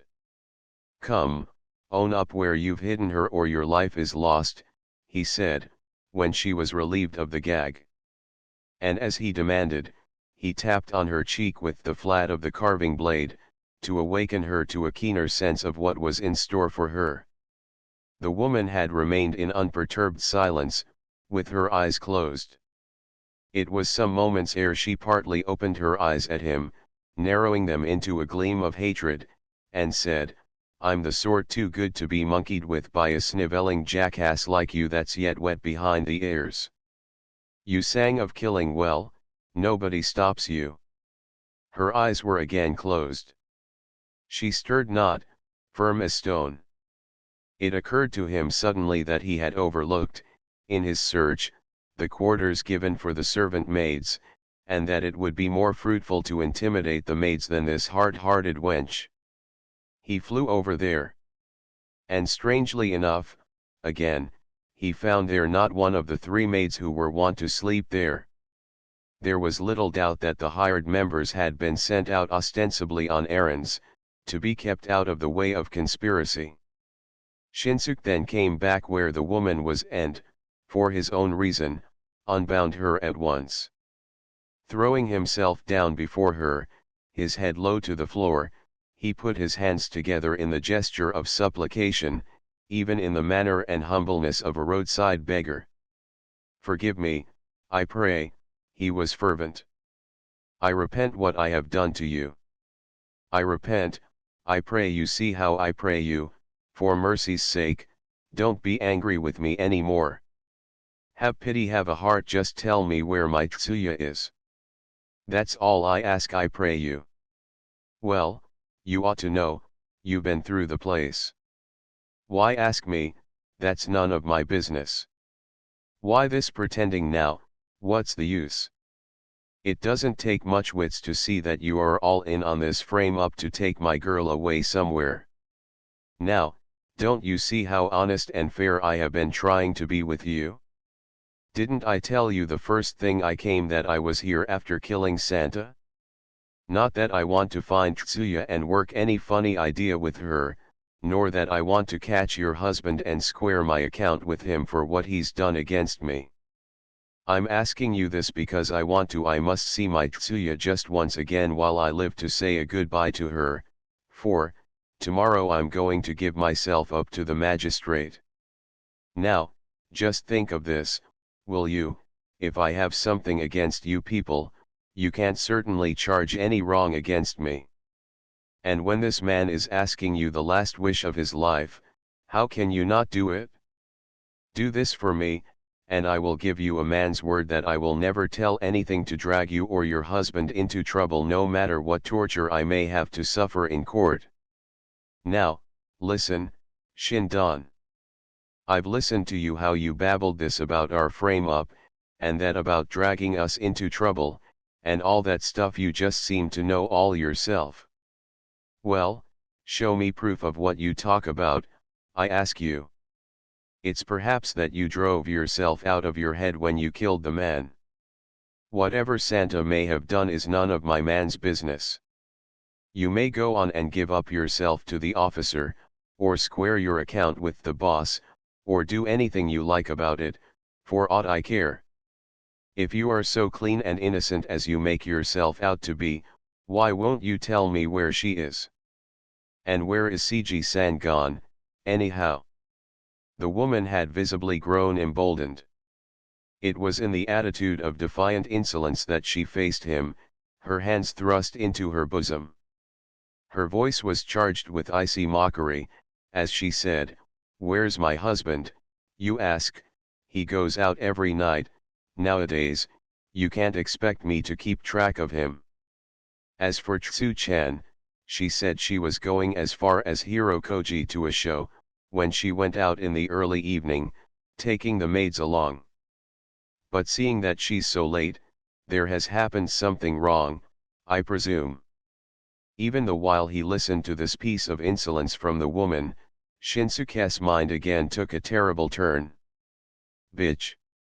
What shall I give you for this? He cursed her in thought.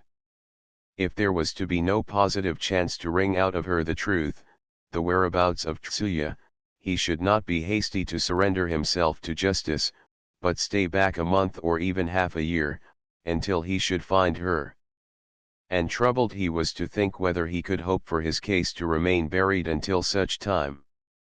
One thing looked certain before all else, that this woman would be the one to turn in secret information against him. Such a train of thoughts unrolled before his mind, the while Shinsuke stood there at a pause, uncertain, his eyes fixed upon the half-turned face of the woman who sat below him with one knee pulled sharply up, carelessly puffing away at her pipe, like one brazening it out with a supreme air of self-assurance. And is she not the wife of that man, Seiji? If she gives up her ghost for that man, I'll be safe to take vengeance for whatever wrongs may have been done to Tsuya. That look of the woman with her chin stuck out, so insolent and proud, so cursedly sure of herself yet not sure at all of her own life about to be ended, humor. And only a twist round her neck, one pressing on it, and there will be nothing of her but a carcass. All that is extremely funny. Instantly, his mind had taken a turn that was even more positive and fierce. In the same silence, he picked up a piece of hemp rope at his feet, and as swiftly twisted it round the neck of the woman. He followed out in practice precisely that which he had conjured up to his mind. Once the deed completed, he suddenly felt himself fagged out, exhaustion no doubt coming in the wake of all the strain he had had to bear throughout. I am a criminal of heavy offense, the thought was driven him home, and he seemed suddenly to find the skin of his own hands and feet stained over with a hue of ghostly somberness. If he was to take to immediate flight, these blood-soaked clothes would be out of the question. He went out into the kitchen and, stripping himself off, cleansed himself of all blood stains. There was fortunately found on the closet shelf what seemed to be one of Seiji's suits, which he pulled out to put on himself. It proved to be a two-piece suit of heavy pongee, with cotton wadding, and a hard-lined sash marked with center stripes on a dark brown ground, precisely the sort of clothing to fit him up in attire of respectable quietness. Next, he gave his attention to the chest of drawers, out of which he took, in both gold and silver pieces, what was an approximation of 3 ryo. It was done at once to fill the need he stood in at the time, and to work for the ruse to lead the whole happening to burglary. The clothes he had shed off were rolled into a bundle with a heavy stone used for pickling purpose, and were consigned to the depths of the canal water. All these thus disposed of, All this precaution taken, he was turning himself upon the scene which offered no evidence to convict him of the murder of Santa or the woman. Or, he tried to force his recalcitrant self into such thoughts. Without, the rain had ceased. In the sky clear and open, the midnight moon shone frosty and serene. He covered his head in a deep cap that he had not forgotten to bring. And, at the first corner of the wider thoroughfare, he passed before the patrol box, unchallenged.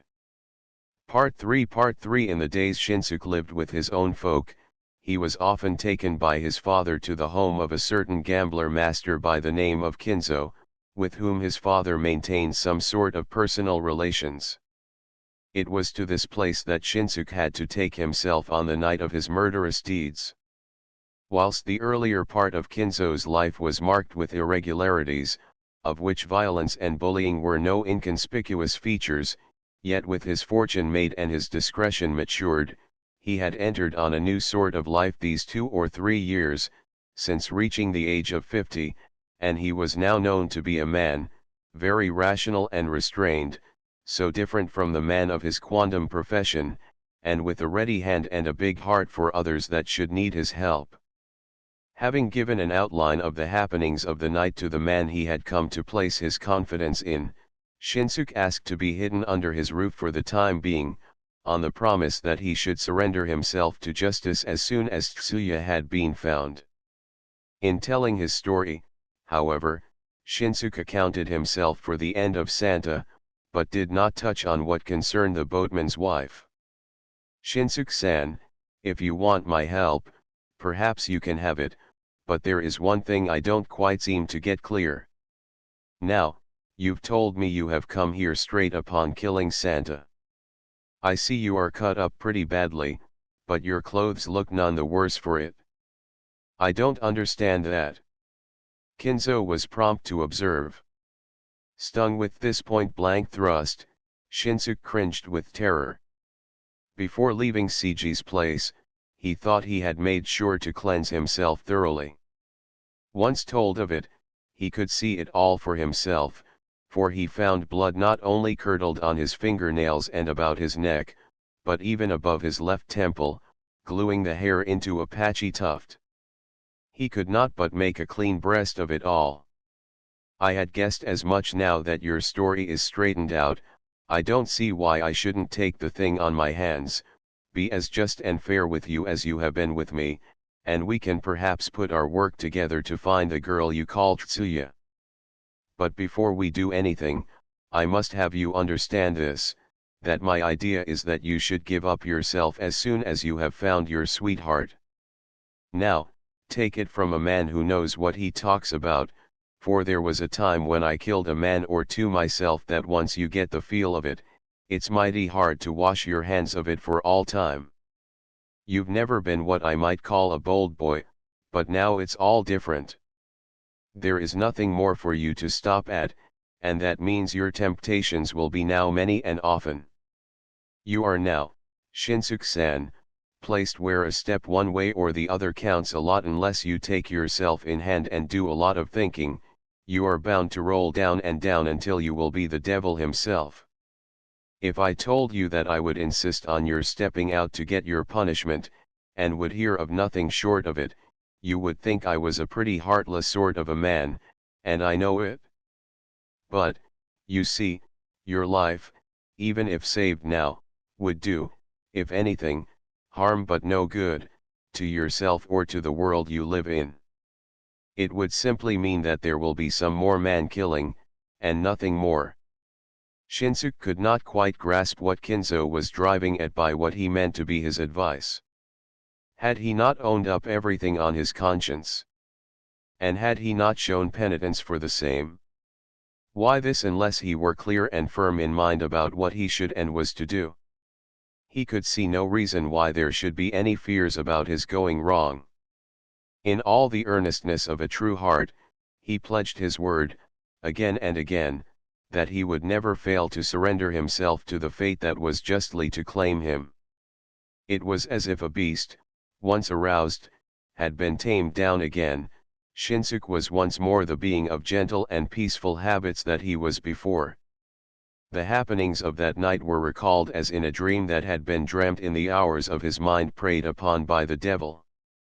He might flee, it was suggested, and seek shelter, until the thing should have blown over, with a gambler, living at Amiya, Bushu, with whom Kinzo was under pledge of brothers. But this would be foreclosing any chance of finding Tsuya. Besides, to give a happy turn to the situation, the affair had apparently passed off without causing any speakable stir in town. Early in the morning after Shinsuke came, Kinzo went in a casual way over the ground along the plaster wall enclosing the Lord Hosokawa's mansion. He found neither blood which had evidently been washed away by the rain of the night, nor the umbrella which Shinsuke remembered of having left on the scene. The only thing visible was remains of the souvenir box from the restaurant Kawacho, trampled and mashed under feet. As for the boatman Seiji, he seemed to have been led to the theory that Santa, with the crime on his hand, stretched it a step and ran away with the money he took by killing his wife. Therefore, in the possible event of his falling in with Shinsuke, the boatman would certainly be dismayed, but never likely to think of turning him over to the law. That was also what Kinzo had gathered by secretly working through a certain boatman he was intimate with. As a next step, Kinzo had the young man shed off the clothes of unpleasant memory, and let him take a winter suit out of his own wardrobe. The old man's care went so far in fitting him up as to have him paint mole marks on his face. Disguised, by day, as a vendor of straw sandals and, by night, as a wandering macaroni man, Shinsuke was left much to himself to go about in the streets, chiefly of Fukagawa. Soon, the year was at its end, and the new year opened, the 8th year of the Bunsei era 12. Shinsuke made a point of prowling in the Takabashi way, every day, about the neighborhood of the boatman's house. A space of 20 or so days had scarce passed ere a third woman was taken into his home, and his business went on thriving, as before. That Tsuya had been sold off into bondage was patent beyond a doubt, Shinsuke considered. To leave nothing to chance, he went to the Takabanacho and furtively peered into the shop where he had once served. He found, or fancied to have found, the place filled with so much deserted stillness as he had never seen, and there were, of course, no signs of the young mistress being back. Instead, he stumbled upon the rumor that the master, broken-hearted over his daughter's escapade, had been taken badly ill, kept his sick bed since the year before. Shinsuke was so unbearably grieved to hear it that he told himself he should never again turn his face that way. The neighborhood of the canal road was given up for the present.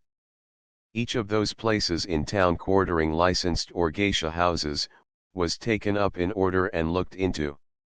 He extended his range of search so far as Kome, Hashiba, Iria, on the outward line of the city, and scoured even through such places as were known for the fashion and wealth of the town to keep their villas and mistresses. When the second month of the year drew to its close, he was little beyond where he had started. A little more spell of time, and the cherry trees began to come out in bloom along the riverside of Myokojima. A gauzy drape of mist was hung across the sky of springtime and peace. There came days of benign warmth which seemed to cast a spell of sleep even on him who was out and about the streets calling out his wares. The pendulum of time had swung to springtide which had brought to his heart keen pangs of love and sorrow. And he longed so much to see Tsuya, to see her if only in the fleetest moments of dream. Shinsuke-san, I am wondering if the girl you are looking for isn't the same one that calls herself Sumkaki, a geisha of the Nakacho quarters. Such was the glad tidings Kinzo brought home one evening in late April. Kinzo had treated, he explained, himself and a couple or so of his men at the tea house Obanaya, in Fukagawa, the same evening. One of the geisha called into the party happened to fit closely the description that had been given him by the young man. To begin with, she had eyelids of rather heavy appearance, though a girl of rare prettiness, and her eyebrows full even to the point of masculine sternness, more or less. When she smiled, her eye tooth on the right side was slightly disclosed under the upper lip and, because of its appearance out of line with the other teeth, made her smiling face all the more attractive. Her habit of giving a slight twist to her lips and pressing her teeth on the lower lip when engaged in conversation. Her voice with a ring of exquisite richness that seemed to make a straight appeal to a man's heart. These characteristics so coincided with what Kinzo had been told about Tsuya that he went so far as to make a sly inquiry into her case. It was learnt that a gambler named Takubi, living at Tsunemura, stood as her guarantor. He was also able to ferret out the information that this man Takubi was a thimble rigger, a mean character disliked even amongst his own professional people, and that there was most likely a friendship between this man and the boatman Seiji, though not in any open way. With so much raked in, there was scarce room for doubt. Shinsuke was also ready to concur in the same opinion. So, there seems mighty little chance of making a mistake about this. But there's something I don't quite understand. I'm afraid you will not like me for telling you this, in case this girl turns out to be the real one.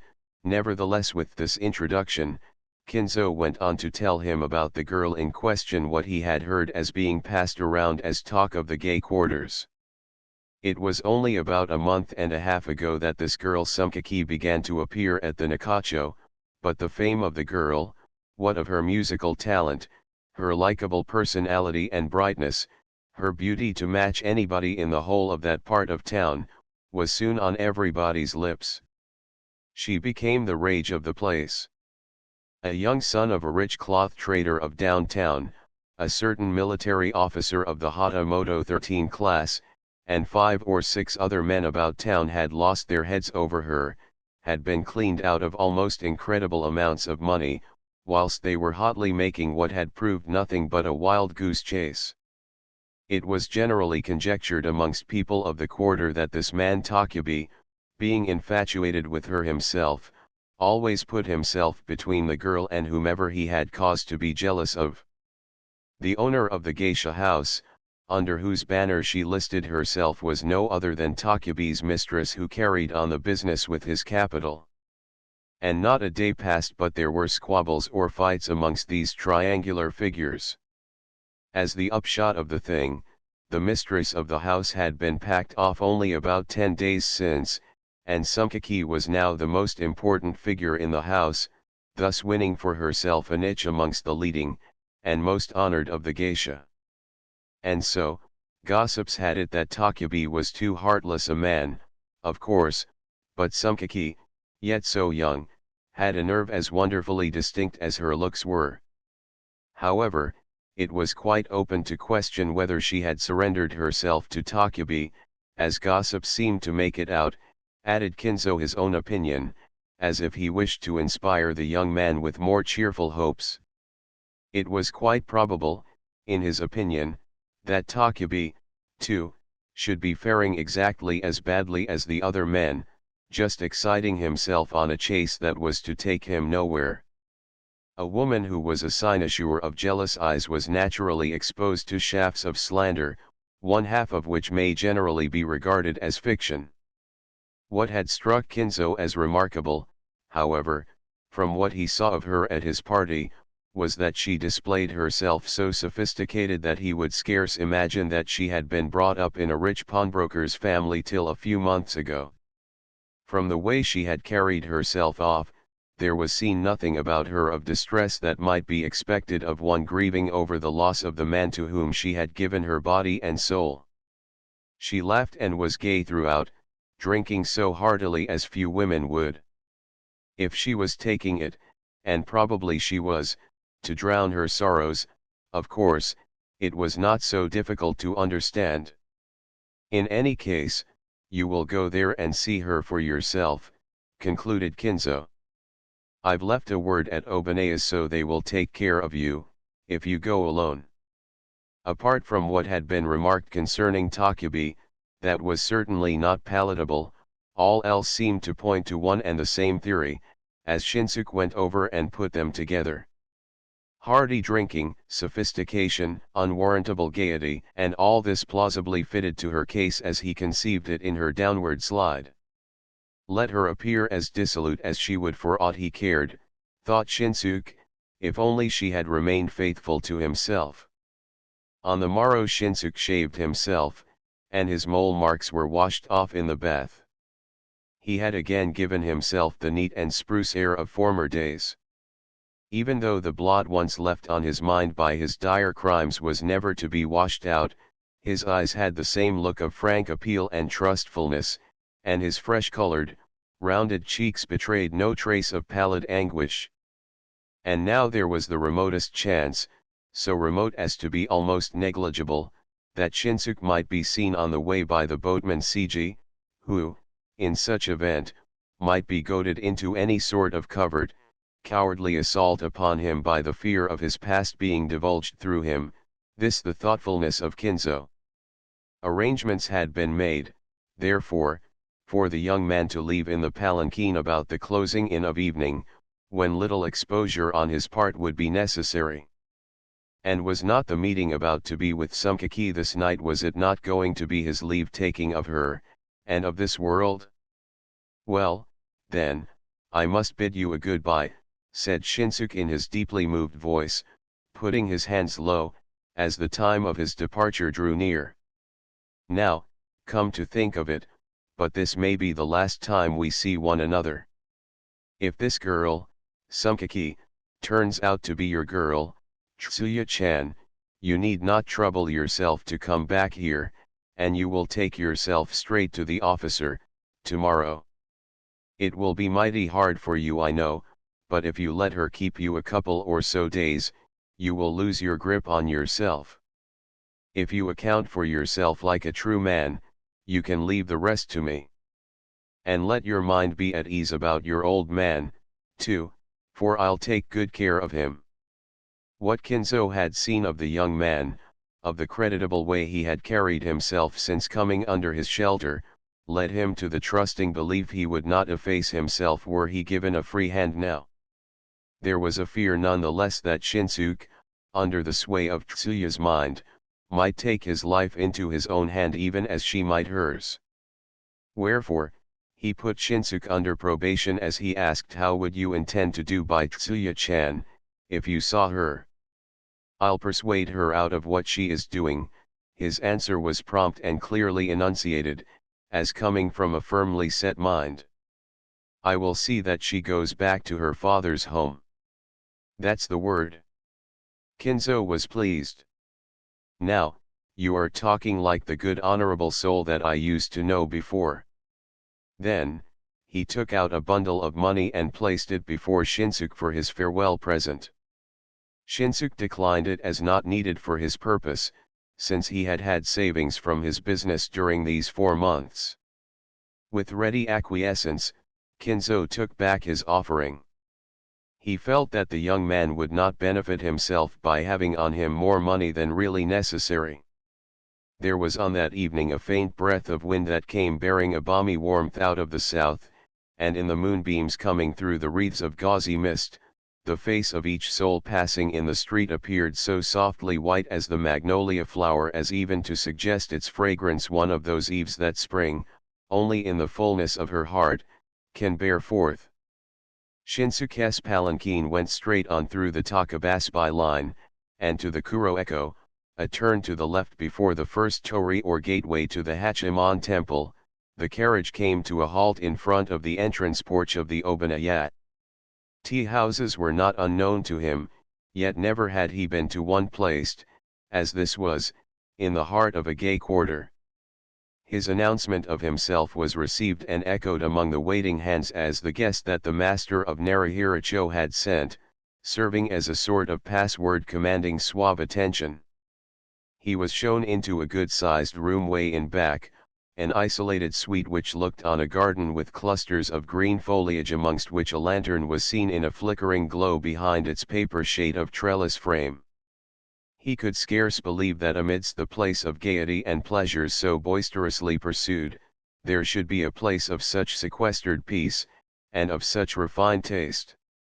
"Let me see a girl called Sumkaki, and I want no other geisha," his request, voiced as it was in a tone of such uncompromising insistence, gave a suggestion of mockery.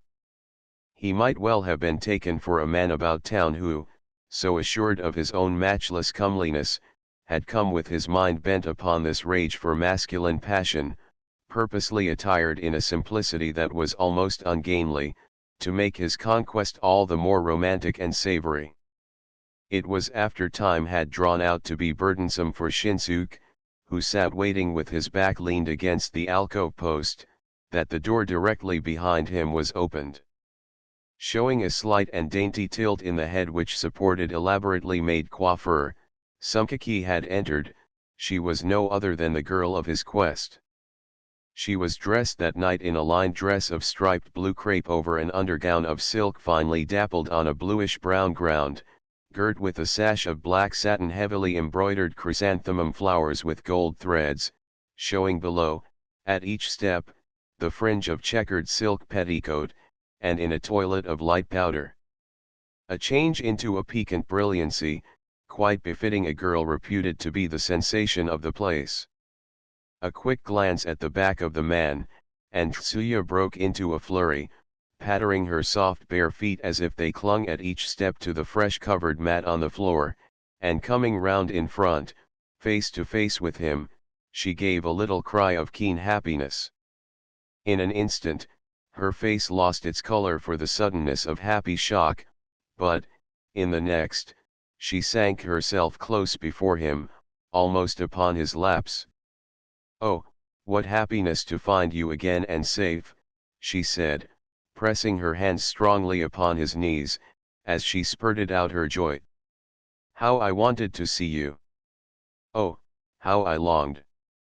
Tomorrow I am to give up myself and such a girl as this."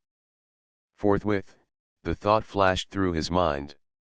He was conscious of a mad desire to live rising in his mind. It was a long story since they parted from each other, at the closing of that unforgettable day, the 20th of December, and she was the first to give her account. On the same evening, soon after Shinsuke was called away, the boatman's wife announced that there was little doing that evening and all were due for an evening off, and all of the servant maids and hired men were sent out somewhere under such pretext. The wife and Tsuya, left alone in the house, were having a chat when that downpour of rain came on. Amidst those torrents, CG came home heavily drunk, followed by 2 or 3 strangers. Without a word or warning, he had her bound, hand and foot, and thrust into a palanquin in which she was carried off to the home of Takubi, at Tsunemura. Everything having been undoubtedly prearranged, there were waiting for her there a merry batch of men, half a dozen or so of ruffians, including Takubi himself, apparently intent on having a jolly time of it. She was dragged out in the midst of those men who sat in a circle for their feasting, to be mocked and jeered at. About her own life, however, she was never in much fear, for, those men were all gloating over her with unexpressed desire, she felt. The worst they would do, therefore, would be selling her off to a brothel after they had made unsuccessful attempts to win her mind. They would not harm what they prized dear. Upon such reasoning thought, she felt herself physically protected and accepted the situation boldly. They would oft threaten her with death, but never would she wince or yield. She was only in deep concern for Shinsuke, for whom her heart would yearn that she could sleep neither by day nor by night. What she had expected was to come out before long. The boatman CG had her placed as bad as locked her up in a room for the obvious reason which was to bring him there every day. "I have been in love with you ever so long," he owned. "The fact is, that it was all a part of my plan to inspire Shinsuke with the idea to run away with you. Whatever wickedness I am guilty of, was from my desire to get you. So, feel for me, and be my mistress, as I ask you. Consent, and all you wish for shall be yours. To her question about Shinsuke's whereabouts, however, he would never give clear-cut answer. Oh, that one, well, you may as well forget about him, he would say sometimes. I've sent him back to his old man's home, the other day. There was of course no question but this was a lie. It was as certain that the while he kept up his pretense, the boatman had never taken their case either to her folks or Shinsuke's, since he took the couple under his roof. Tsuya had concluded that Shinsuke had 10-1 been murdered, and yet she was not so easy to give him up for lost for all time. This confinement went on for rather a long period of time, from the 20th of December to around February. Patient and determined as the boatman was, he was met by as dogged a mind on her part who would yield herself neither to threat nor cajolery. She was not freed from this state of confinement until Takebe, who had followed the affair, was at last moved to make intercession for her, and perhaps convinced Seiji that he would be better rewarded otherwise than by torment. Now placed under strict watch, she was sometimes running on little errands, and at some other times was served with servile flattery that was but disgusting. It was to a new line of tactics, of thawing her heart with kindness, that Seiji's mind had swung to, now. Takebe was a man of about the same age as Seiji, but of a mind, presumably, capable of deeper craft and design. Under a consistently suave appearance he never permitted himself to show a ruffled or real man. It was a fact that under casual observation he could be taken for a man of good sense and heart. He interposed his mind between Seiji and Tsuya, with a different tune for each one, as he meant to make him or her dance thereto. Takebe was particularly attentive to make use of sly moments to impress her mind with his kindness, which was as cheap as its motive was thin. So, this man, too, has his eyes on me. Tsuya was quick to perceive it, and began to give herself an air of one leaning on his growing kindness, to put him off his guard as much as possible, to make him the more open to attack, later on. The first chance she should get, she would flee from Tsunemura and set out on her quest for Shinsuke. One evening when she was waiting upon him and upon his whims with drinks, she said between soliloquy and question, I have given up Shinsuke for good and true, but I'm wondering what's become of the man. Whereupon, quite to her surprise, Takebe's lips dropped a story that gave her a dreadful inkling of what had hitherto been completely screened from her. That Seiji caused, on that night, his faithful Santa to kill Shinsuke on the Riverside Road, that the same Santa, for some reason or other, got a new notion into his head, after his deed, and killed the boatman's wife by strangling, to run away with their money, that Seiji had since taken to himself a third wife. All these things told by Takebe, though not as information at first hand, appeared to fit in line with circumstances of the case. Tsuya felt that she had been now brought where she should abandon all hopes for Shinsuke. From that hour she had set her heart, she said, upon taking vengeance, somehow somewhen upon Seiji for the sake of the man lost to her forever. It was shortly after this that Takebe made his proposition to the boatman, which was somewhat in the following strain: you will have to wait forever to win the girl over, for your purpose. But she is too precious a jewel to be sunk into the mud of a brothel. Suppose you let me have her for a good price, and I'll see if she wouldn't appear as a geisha through our house at the Nakacho. Seiji found it difficult to give her up, and it was his reluctant consent that he gave at last, when he broke himself of his desire and washed his hands of her. Were you yet a maiden it would make all the difference. And what I ask you to be is a geisha. Will you not do this, just to meet me halfway, if for nothing else? Takebe's demand, because it was garbed as a humble entreaty, could not very well be turned down. If she were to be sold off to a house, she would fare far worse, there was no getting away from that. Takubi had saved her from this infamy, and, besides, what he proposed to her and begged her to do was on the ground where her chastity of body, at least, was to be protected. It had taken on such a complexion that Shinsuke, she thought, would not feel himself wronged, even if he were to know of it in the world beyond. Since she would rather stay away from her parents' home for good, there had to be something to keep her independent, and what was now being pondered upon appeared to her to be of all things the one for which she was by nature best equipped. Once she had made up her mind upon the subject, it was a proposition such as she could scarce have better if she were to make it upon her own terms. Her agreement, therefore, was given without much farther ado. Since her appearance as a geisha, she had quickly won her way to the line of first-raters. She had worked the debt off herself, and was now in a free position to work on her own account. To be true, she was under more or less obligation to Takubi, yet she was mistress of herself and of a house. When she had found herself again free to act on her mind, she secretly engaged men to work on the case of Shinsuke, whom she could never forget. Her effort, however, was rewarded with no success beyond what came to bear out Takubi's story, in regard to Santa's deed and the boatman's new wife. All this collaborating to point to Shinsuke's death, she had now little else save to accept it finally. And so, everything was flung to the winds, in the face of fate. She had nowadays come to live a carefree life, if he forgave her for saying this, and lived much the way after her own mind, enjoying what gaiety her independent ways and buoyant nature could glean out of her new life.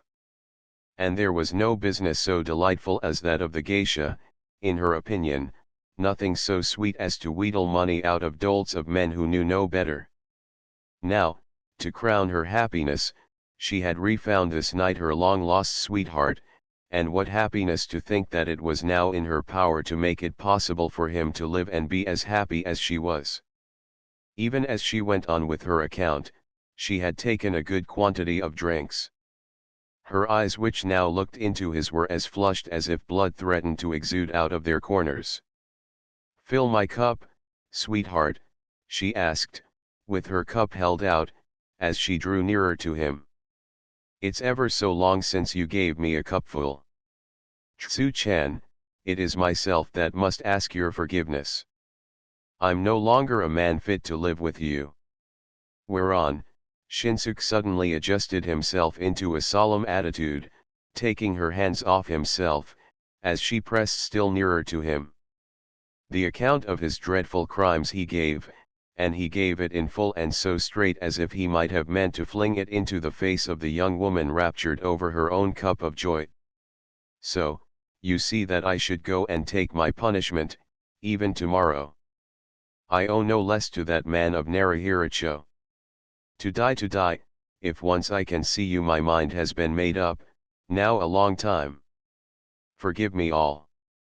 He broke into tears, as he flung himself on the floor.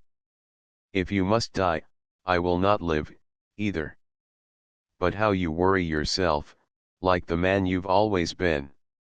Without much display of any particular emotion, Tsuya gave utterance to her mind, her body left loosely heaped just as it had broken down, like a drunken man in his final loss of legs, even to the point of a belch that tersely punctuated her words.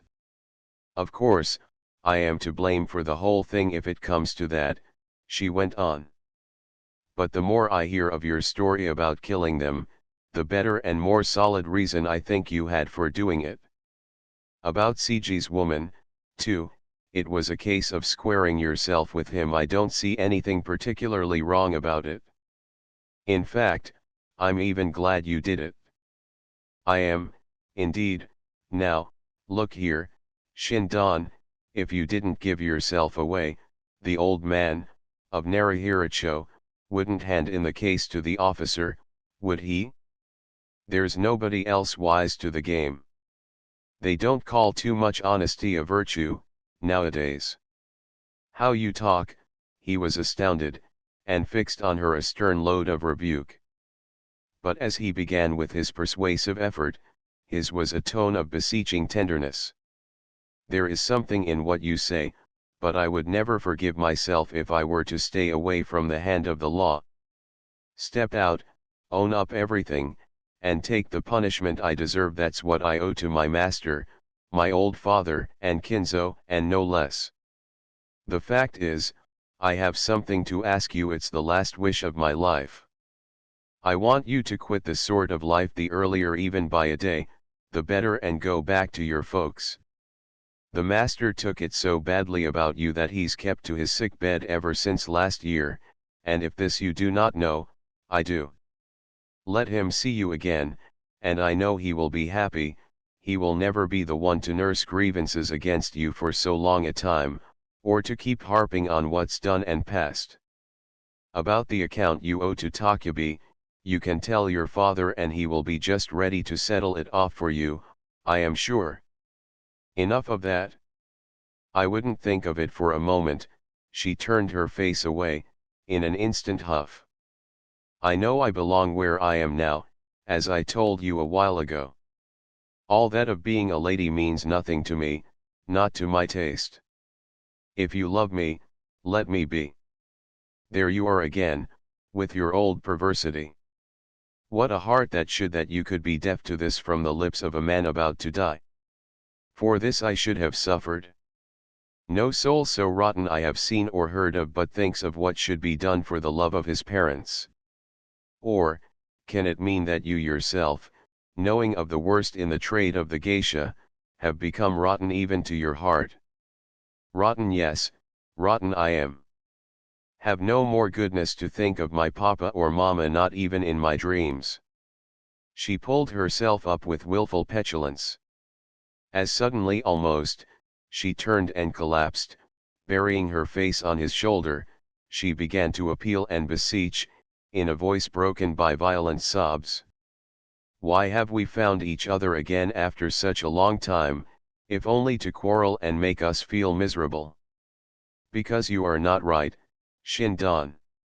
You shall have your wish, your last wish, as you say. Ask me anything and I will do it. But never shall you give yourself away. If you want to die, I will not let you. If you talked of it as a thing for some time after, it might be different. That you would go tomorrow when we've met only tonight, oh, you are too heartless." Swept over by the violent passion of the woman who would listen neither to reason nor rhyme, Shinsuke was overwhelmed into a helpless silence, though his mind gave no promise of change. She was at last brought round to another mind. "Perhaps, I shouldn't press my own way, too much. Let us be friends again, at least.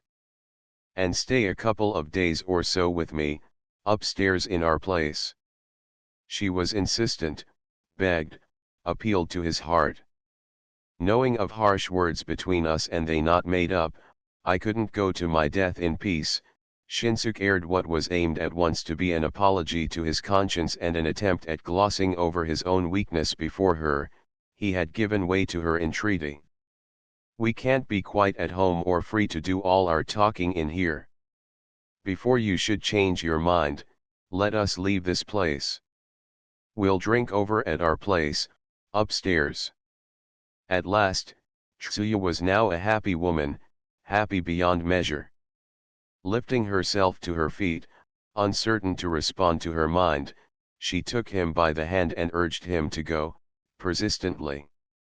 They took the precaution not to leave the Obanaya in company. They fell in together at a corner a little way off. Along the path, bathed in the pale shimmer of a mist-veiled moon, the shadows of two love-doves were printed, as the pair plodded on with their hearts filled with almost nameless emotions, as on that night of their flight. Facing the garden of the Buddhist temple, Itaiji, which occupied a space within the premises of the Hachiman temple, on the one side story along the bank of a canal, there was seen a house with a lantern hung outside the front entrance illumining forth the name of Tsudaya, which was Tsuya's present home. The house itself was not large, but 2 or 3 geishas serving under her, a servant maid in attendance, choice woodwork and upholstery in display in the upstairs room, bespoke of a home and living of fair comfort. A little girl of 15 or 16 years, came out as far as the lattice door at the entrance to greet her mistress who, having whispered something in her ear, went in, unshod herself hurriedly, and led the way for him up the stairs. Of those days at the home of the Suragaya where their love was possible only in snatches, all the sweeter because clandestine, and of those days at the boatman's home on the front of the Onagagawa Canal, a period of 20 days or so, brief as a dream, passed in the joys of a madcap love, no longer trammeled by fear or care, but occasionally exposed to boatmen's teasing chaffs which seemed but to add zest to their enjoyment of these tsuyas so fondly remembered, and these memories out of the past made her bemoan their love that was to be so fleeting and vain. I remember you scolded me one time when I called myself after the manner of a geisha, but you won't mind it, if I do now, will you? And she was at once speaking in the bold vernacular of her trade. When she caught him calling her by the less familiar name of Tsu-chan, as he had been wont to do, she rebuked him for the manner she considered as cold. Even if for this night only, she asked him to feel himself her true wedded man and call her Otsuya. And for that I shall no longer call you Shidan, she said, but you will be Shin-san 14 as my husband should be. Drinks he had taken in plenty and wished for no more. But she would not hear of it, and pressed them upon him, almost pouring down through parted lips.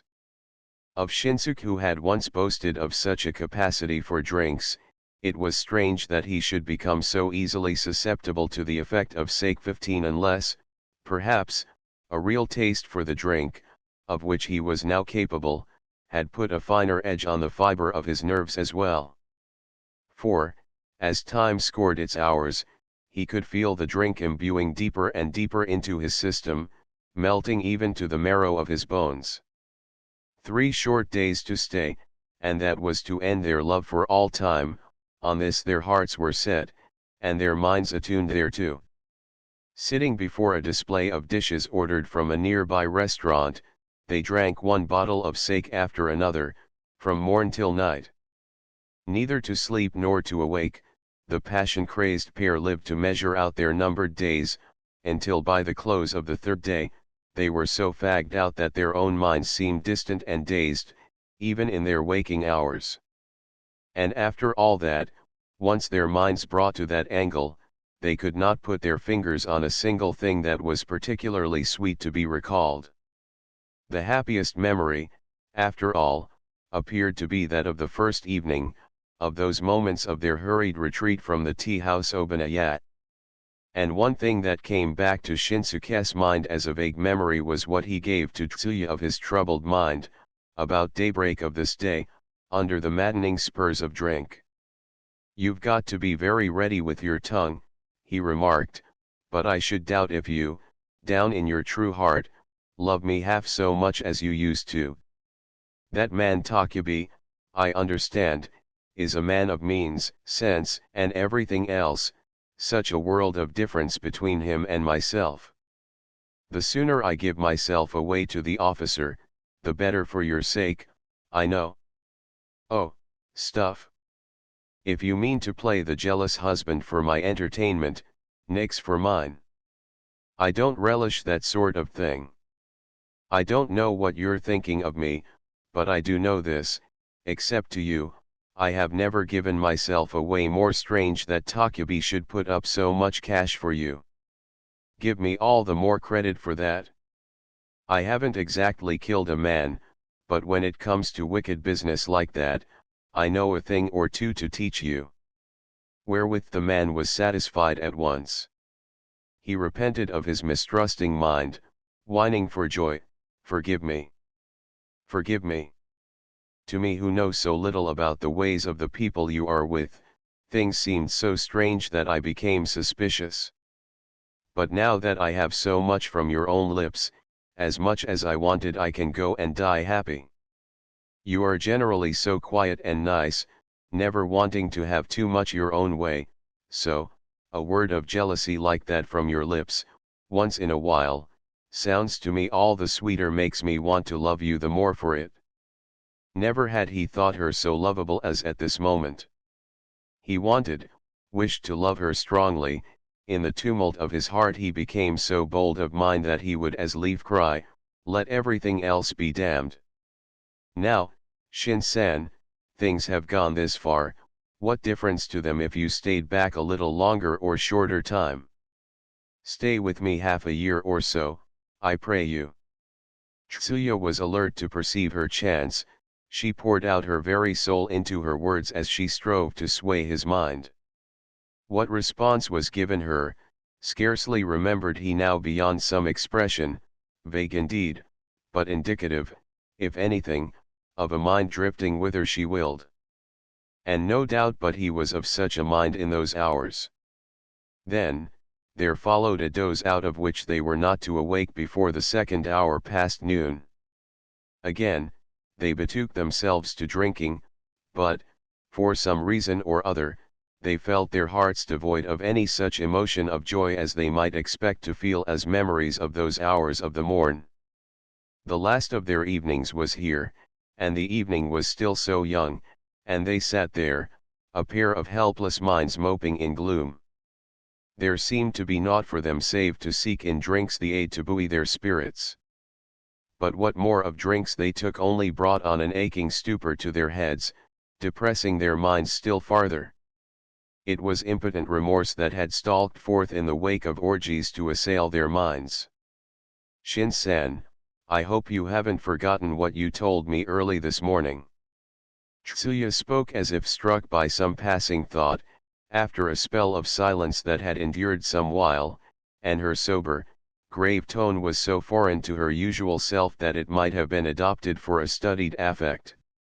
If not half a year, 2 or 3 days more, at least, she persistently urged him to stay, for it was her idea that they should live such a brief time as he should allow himself in a happier spirit yet to be coaxed out of the cups of sake. Shinsuke, for his part, was resolute about his move on the morrow and as insistent in his effort to persuade her to return to her parents' home. Neither of them was ready to give in, their paths of thought diverged, and remained apart, as they sank deeper into gloomy silence. "Oh, what's the use? What's the use of it all?" she muttered disconsolately, as she rose to her feet. She returned with her samisen 16 with a display of greater vim than was called for. She shoved open the sliding screens at the low, wide window. Placing herself over the sill, she began to play upon the samisen some measures of the Kitabushi 17. Her voice of plaintive richness, of which well she may have been proud, floated out to fill the room with its melodious tremors, even arresting the steps of some wayfarers below on the street. Can you not hear these words of song? Oh! Can you not feel the soul of this music that you would still go away from me? Of such words of appeal her eyes were eloquent, as they gave a quick glance, now and again, out of their corners.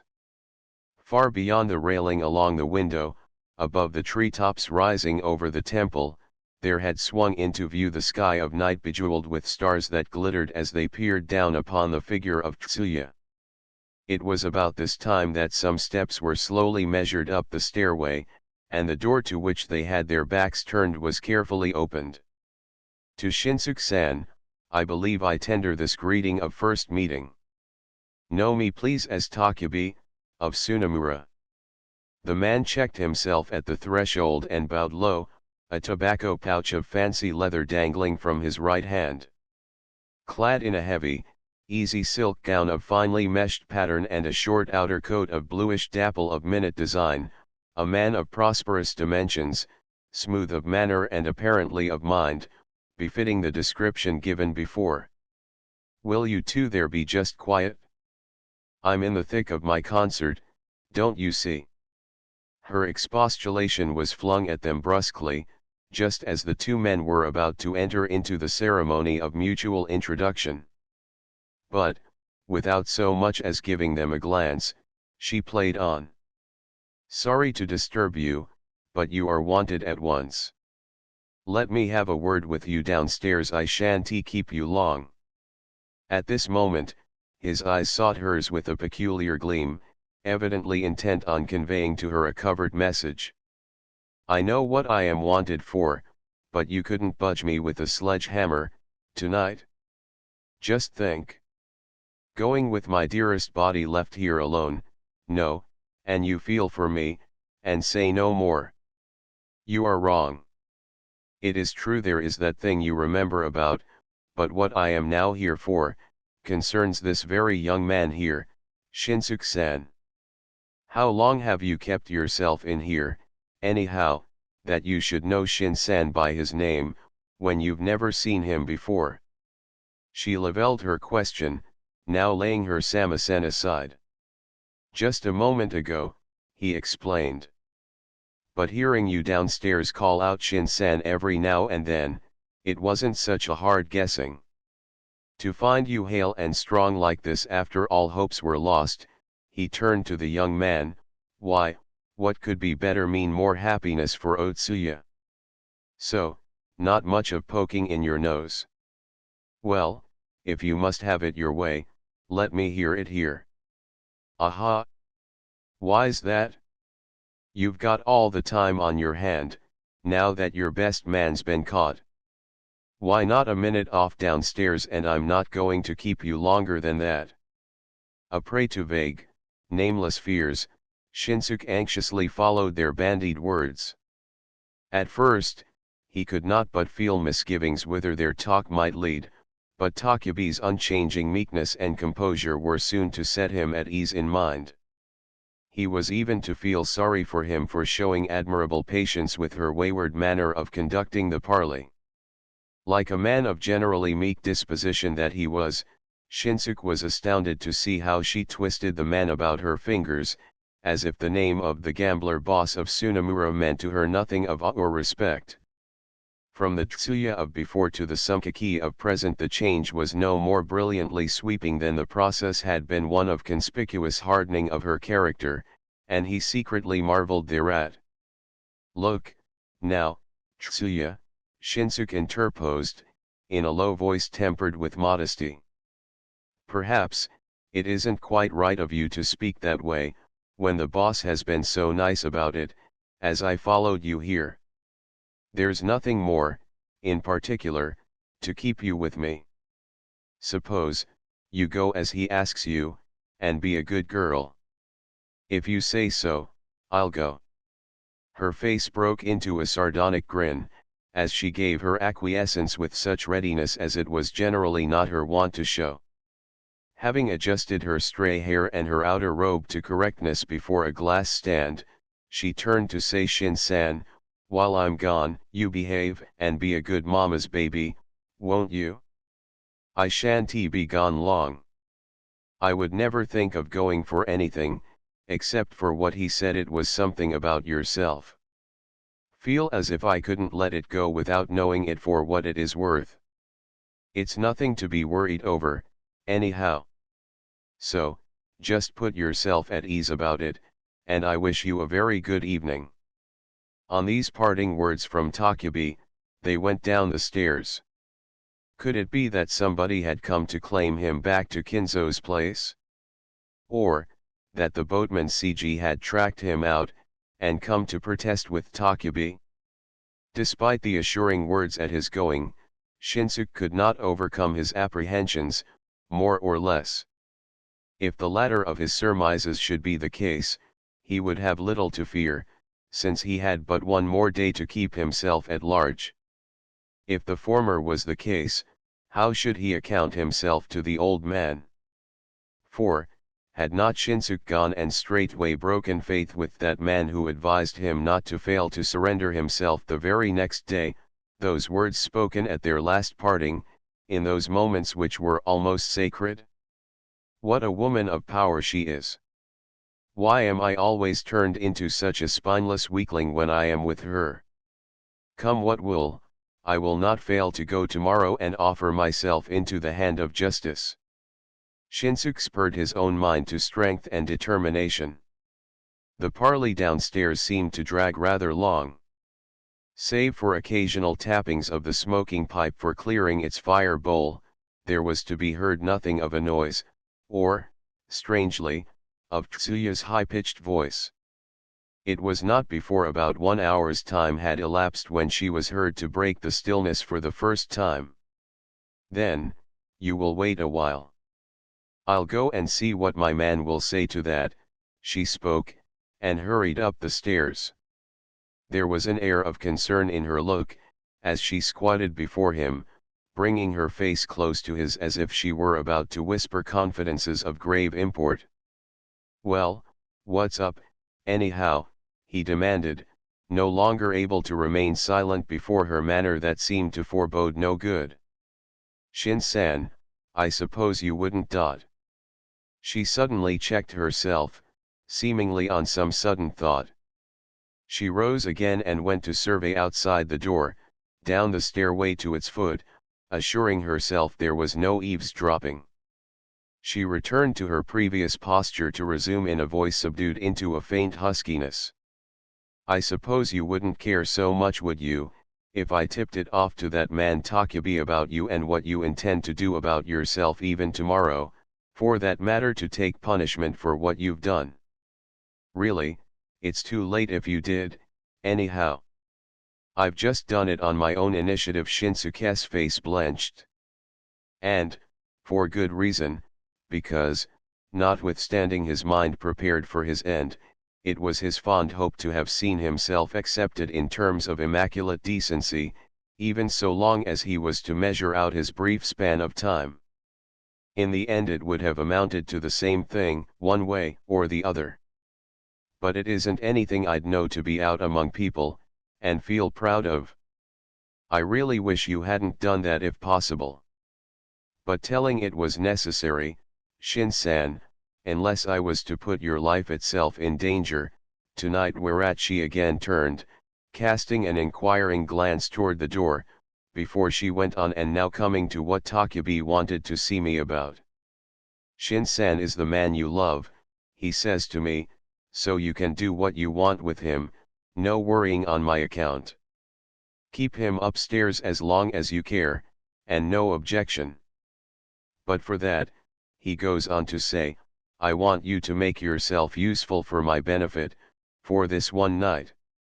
It seems he has a little game up his sleeve that means easy money, some stunt to pull off with myself working at the other end of it.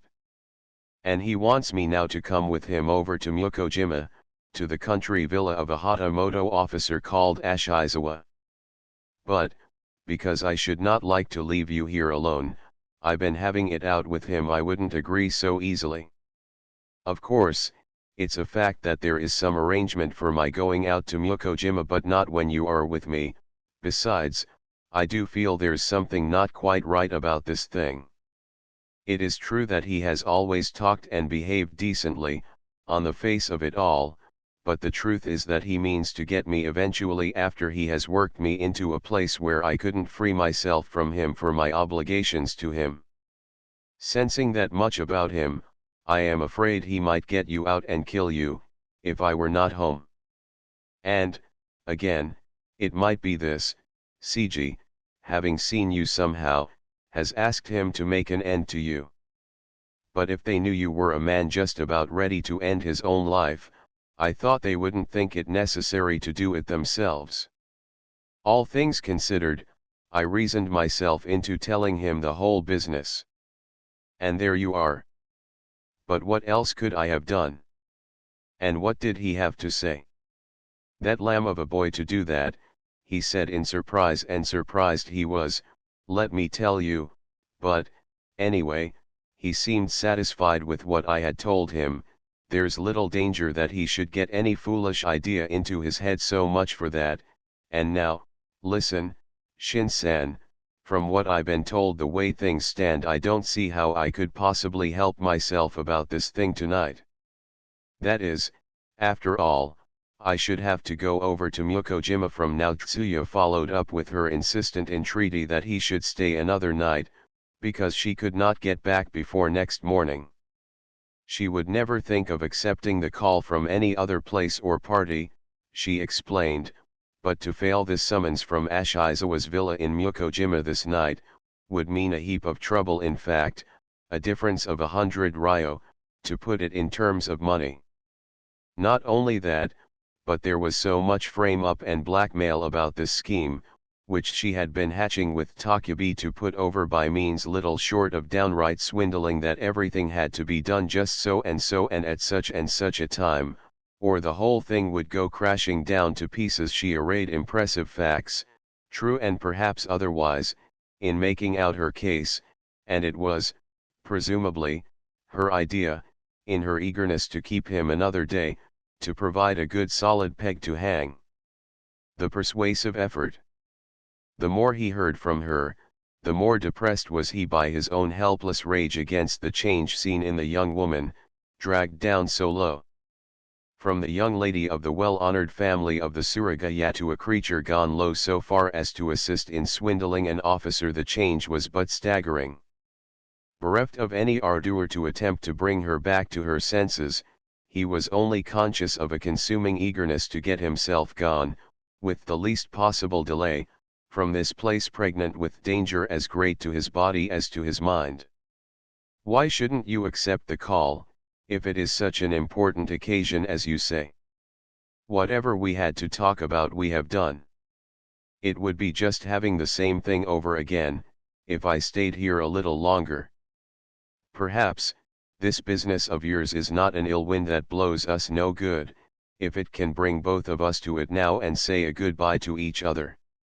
For a man stepping into a noose round his neck, it wouldn't make much difference if he were to do so a little sooner or later." Tsuya was now buried in thought, gloomily, her hand moving the short fire picks aimlessly over the face of the ash bed in the brazier, over which she sat with her head drooped in apparent dejection.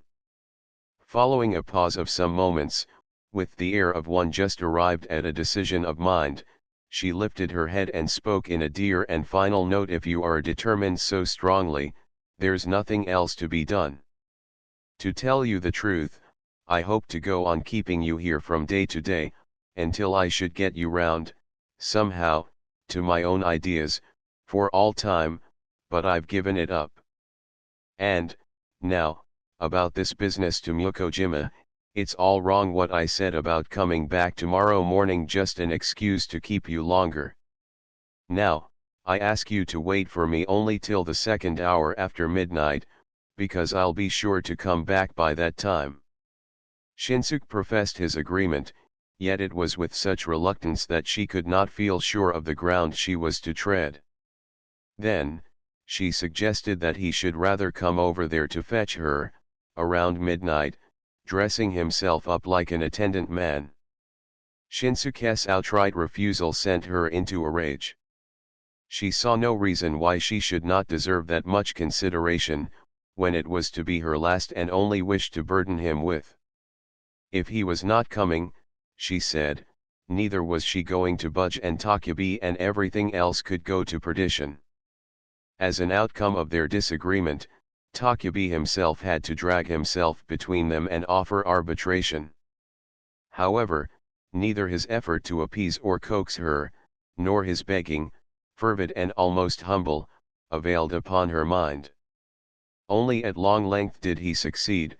It was a hard-earned acquiescence wrested from the young man. Part 4 3 hours or so after Tsuya and Takebe left, the midnight hour tolled, and on its stroke Shinsuke started out, disguised as a geisha's attendant man.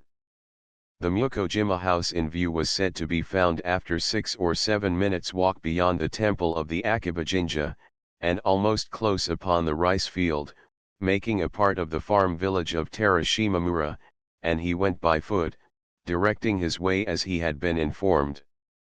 He had been advised to come in a palanquin over a good part of the journey, which was a calculated matter of 2 long miles from their Nakacho house.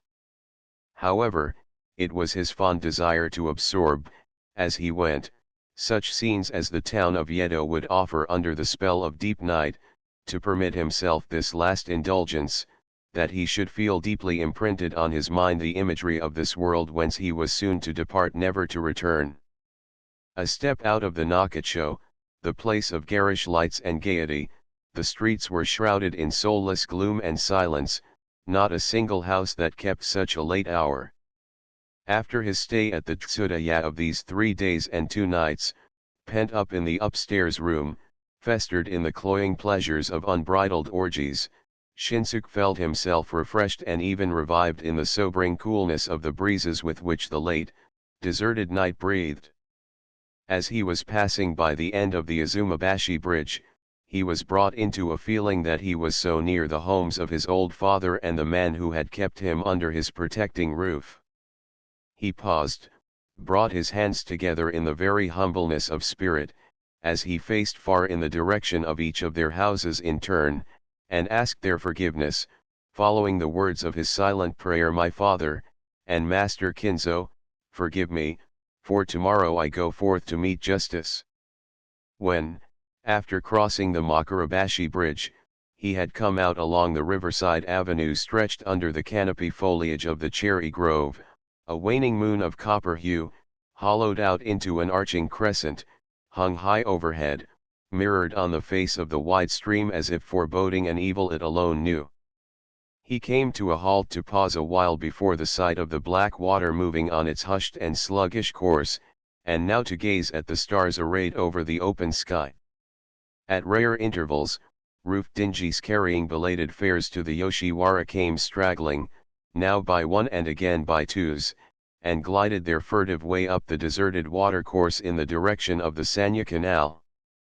And, now, what could be the plot that Tsuya had on hand in concert with Takubi, he mused wondering. So young yet her nerve, such words that Kinzo brought back from his visit to the Nakacho, the estimate in which the profession of the place summarily held Sumkaki, seemed to dawn upon him in the light of truth. It had been his rueful thought that he could have lived on with Tsuya as man and wife, but for his murderous crimes. Yet, should the gossip in case be true, he could not have wedded her all the same, though he should have kept himself stainless. As he tried to reason out these things with himself, it seemed to make it easier for him to abide by his decision. Turning over such a train of thoughts in mind as coming from his aggrieved mind, he followed the path down the bank of Myokojima. The officer's country villa at Terashimamuro was easily found. He was not exactly unprepared, when he heard the place styled as the country villa of an officer of the shogun's guards.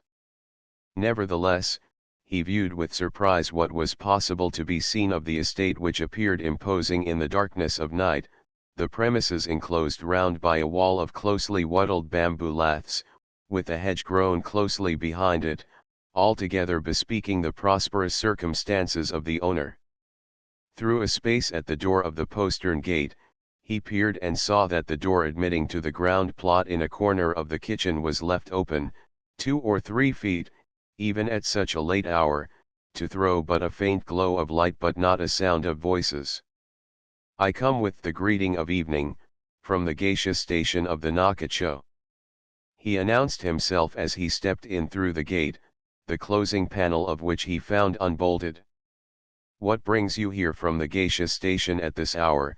demanded a man with the appearance of a servant, who stuck his head and a lantern out of the open space of the kitchen door, trying to scrutinize him suspiciously, in the light thrown upon the late caller.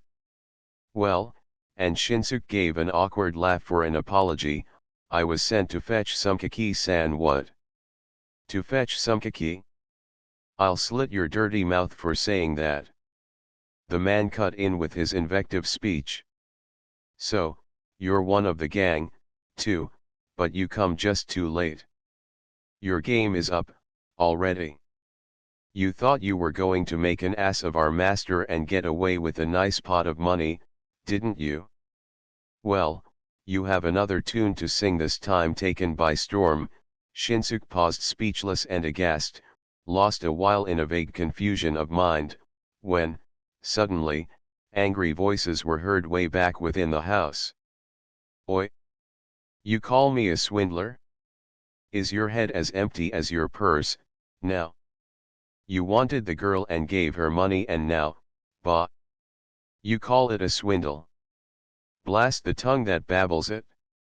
It was clearly Takubi that was giving vent to his outraged mind. Now our game is spilt out, I am not going to squeal or mince my words. We did have, yes, you were right, a little thing between me and Takubi here, and we were going to fleece you. And now, listen, Ashizawa-san, if you were fool enough to be taken in, you just own yourself beaten and take it gamely, if you are a man, and say no more about it. But if you are so sore that you can't act in that style or haven't sense enough to do it, why don't you suit yourself with your trinket knife, or pike, or anything else? But let me tell you, that you're not going to get back your money, I don't care how much it is. What I have is mine, and will stay so. That's said. There came now a spell of stillness within the house, a hush that might be likened to the calm before a storm, broken only by the clear ringing voice of Tsuya, who went on with her taunting in all the steadiness she seemed to be possessed of. A few more fleeting moments and Takubi's howling rage, you pulled out the sword. You miserable penny soldier.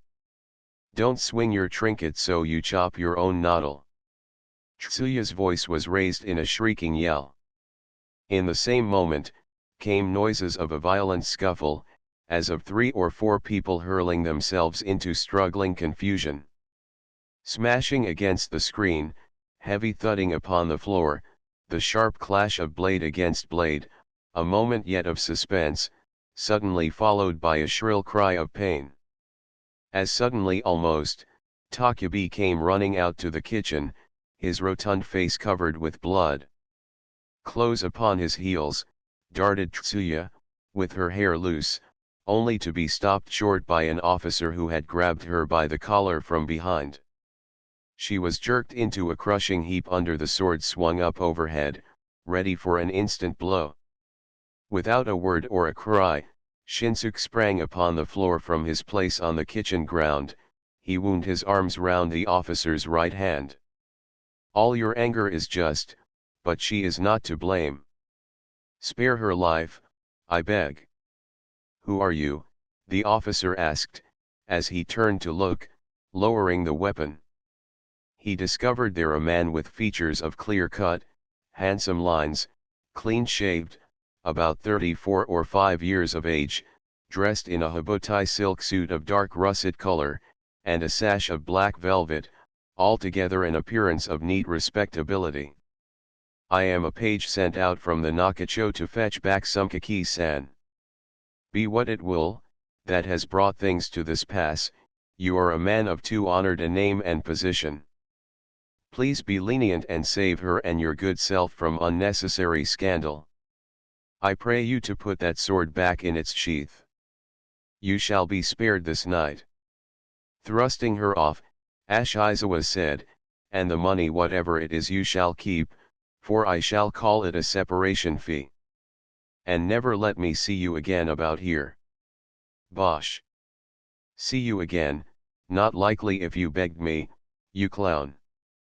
Tsuya hurled her abuse back at him, with bitter hatred. The footman was missed, and was looked for in vain. There was only Takubi squatting on the threshold, his wounded head between his hands, groaning in his agony. In addition to his head, he had suffered deep cuts in his upper arms and another across his thigh. Not like a man of strong nerves and grit that he usually was, he twitched and writhed like a moribund heap of flesh.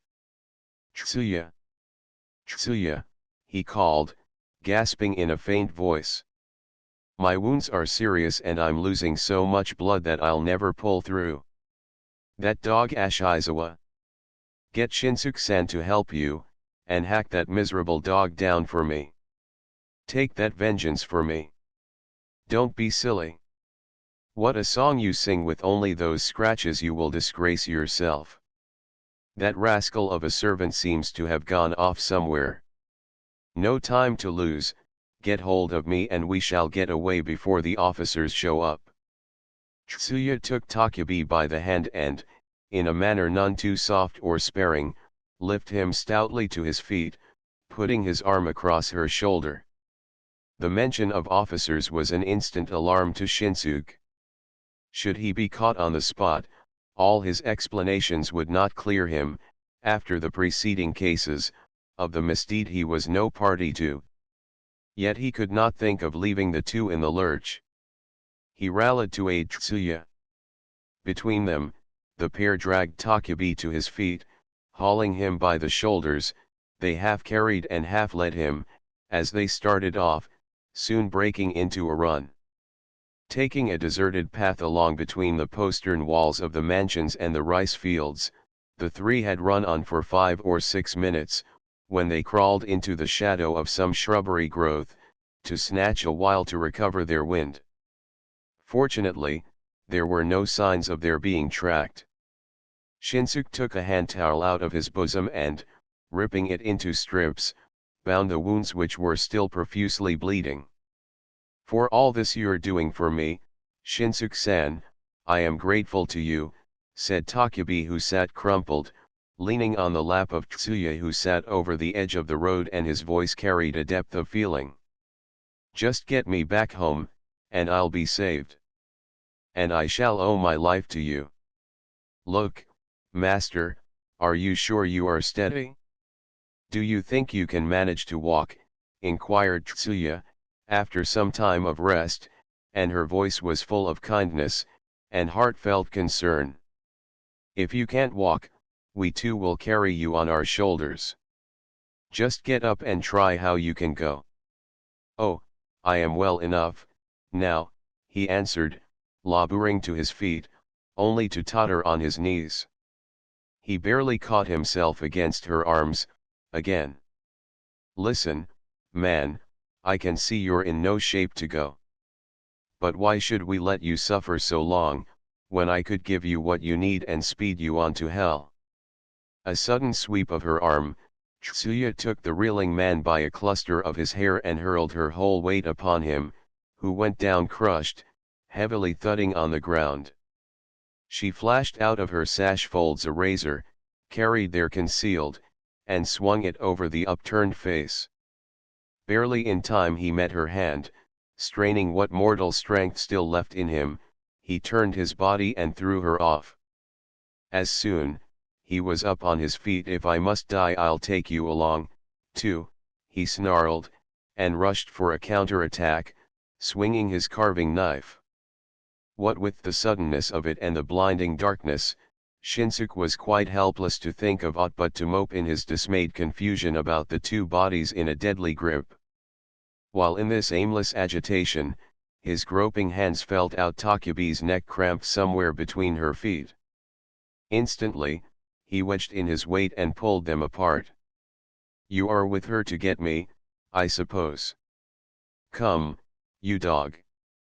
Get me if you can," said the wounded man, and now, in fiendish desperation, came upon Shinsuke, who, however, quickly wrested the weapon out of his hand. In the meanwhile, Tsuya pulled herself to her feet, and brought him down by sweeping his feet off the ground. Again, there ensued a fierce, closed struggle. Wounded as he was more than her match. She was at last pinned down, flat on her back, hands closing around her neck to choke out her life. A particle more of strength left in the wounded man, and she would have been dead, straightway.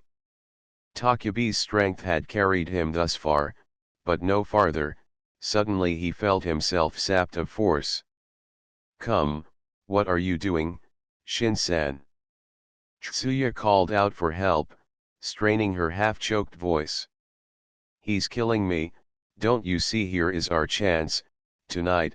Finish this Takebe. This dog's dying, anyway, and it means we'll be free. No more bother you as well as me. Never a better chance to crack his head.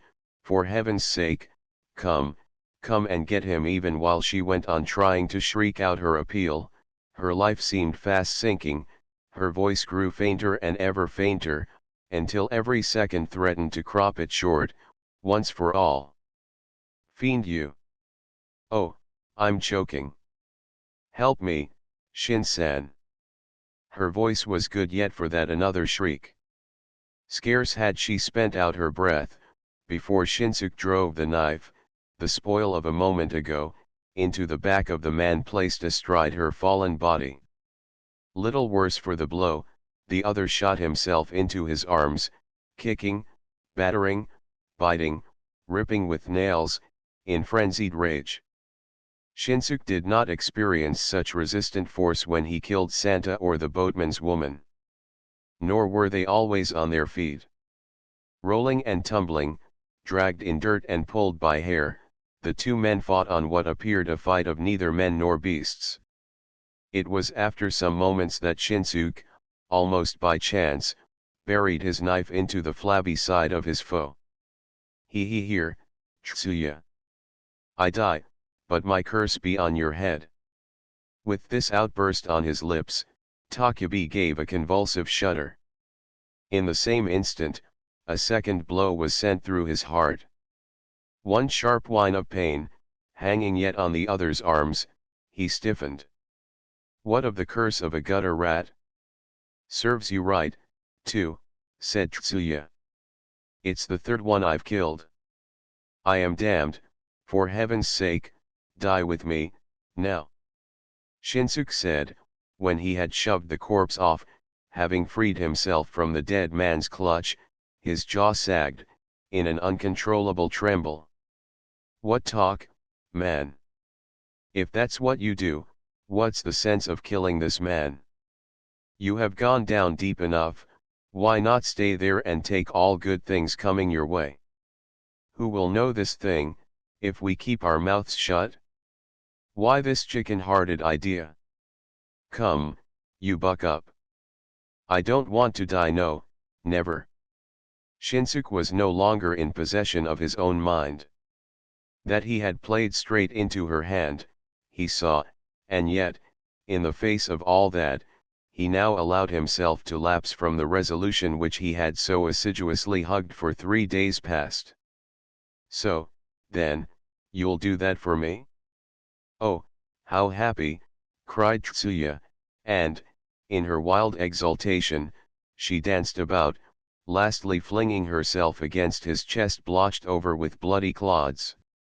Shinsuke, who had gathered himself into a stony lump, like a dead body, in an attitude of deep thought, was now left alone and aside, as Tsuya set about to dispose of the corpse, without his aid.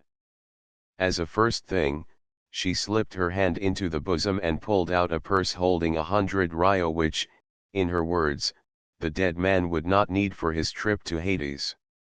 All pieces of clothing, carefully peeled off, were done into a tight roll, bound up with a piece of string.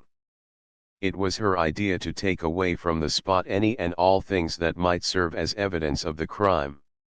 As a last thing, she took the razor and cut the face of the man all over, who was finally buried in the mire of the paddy field.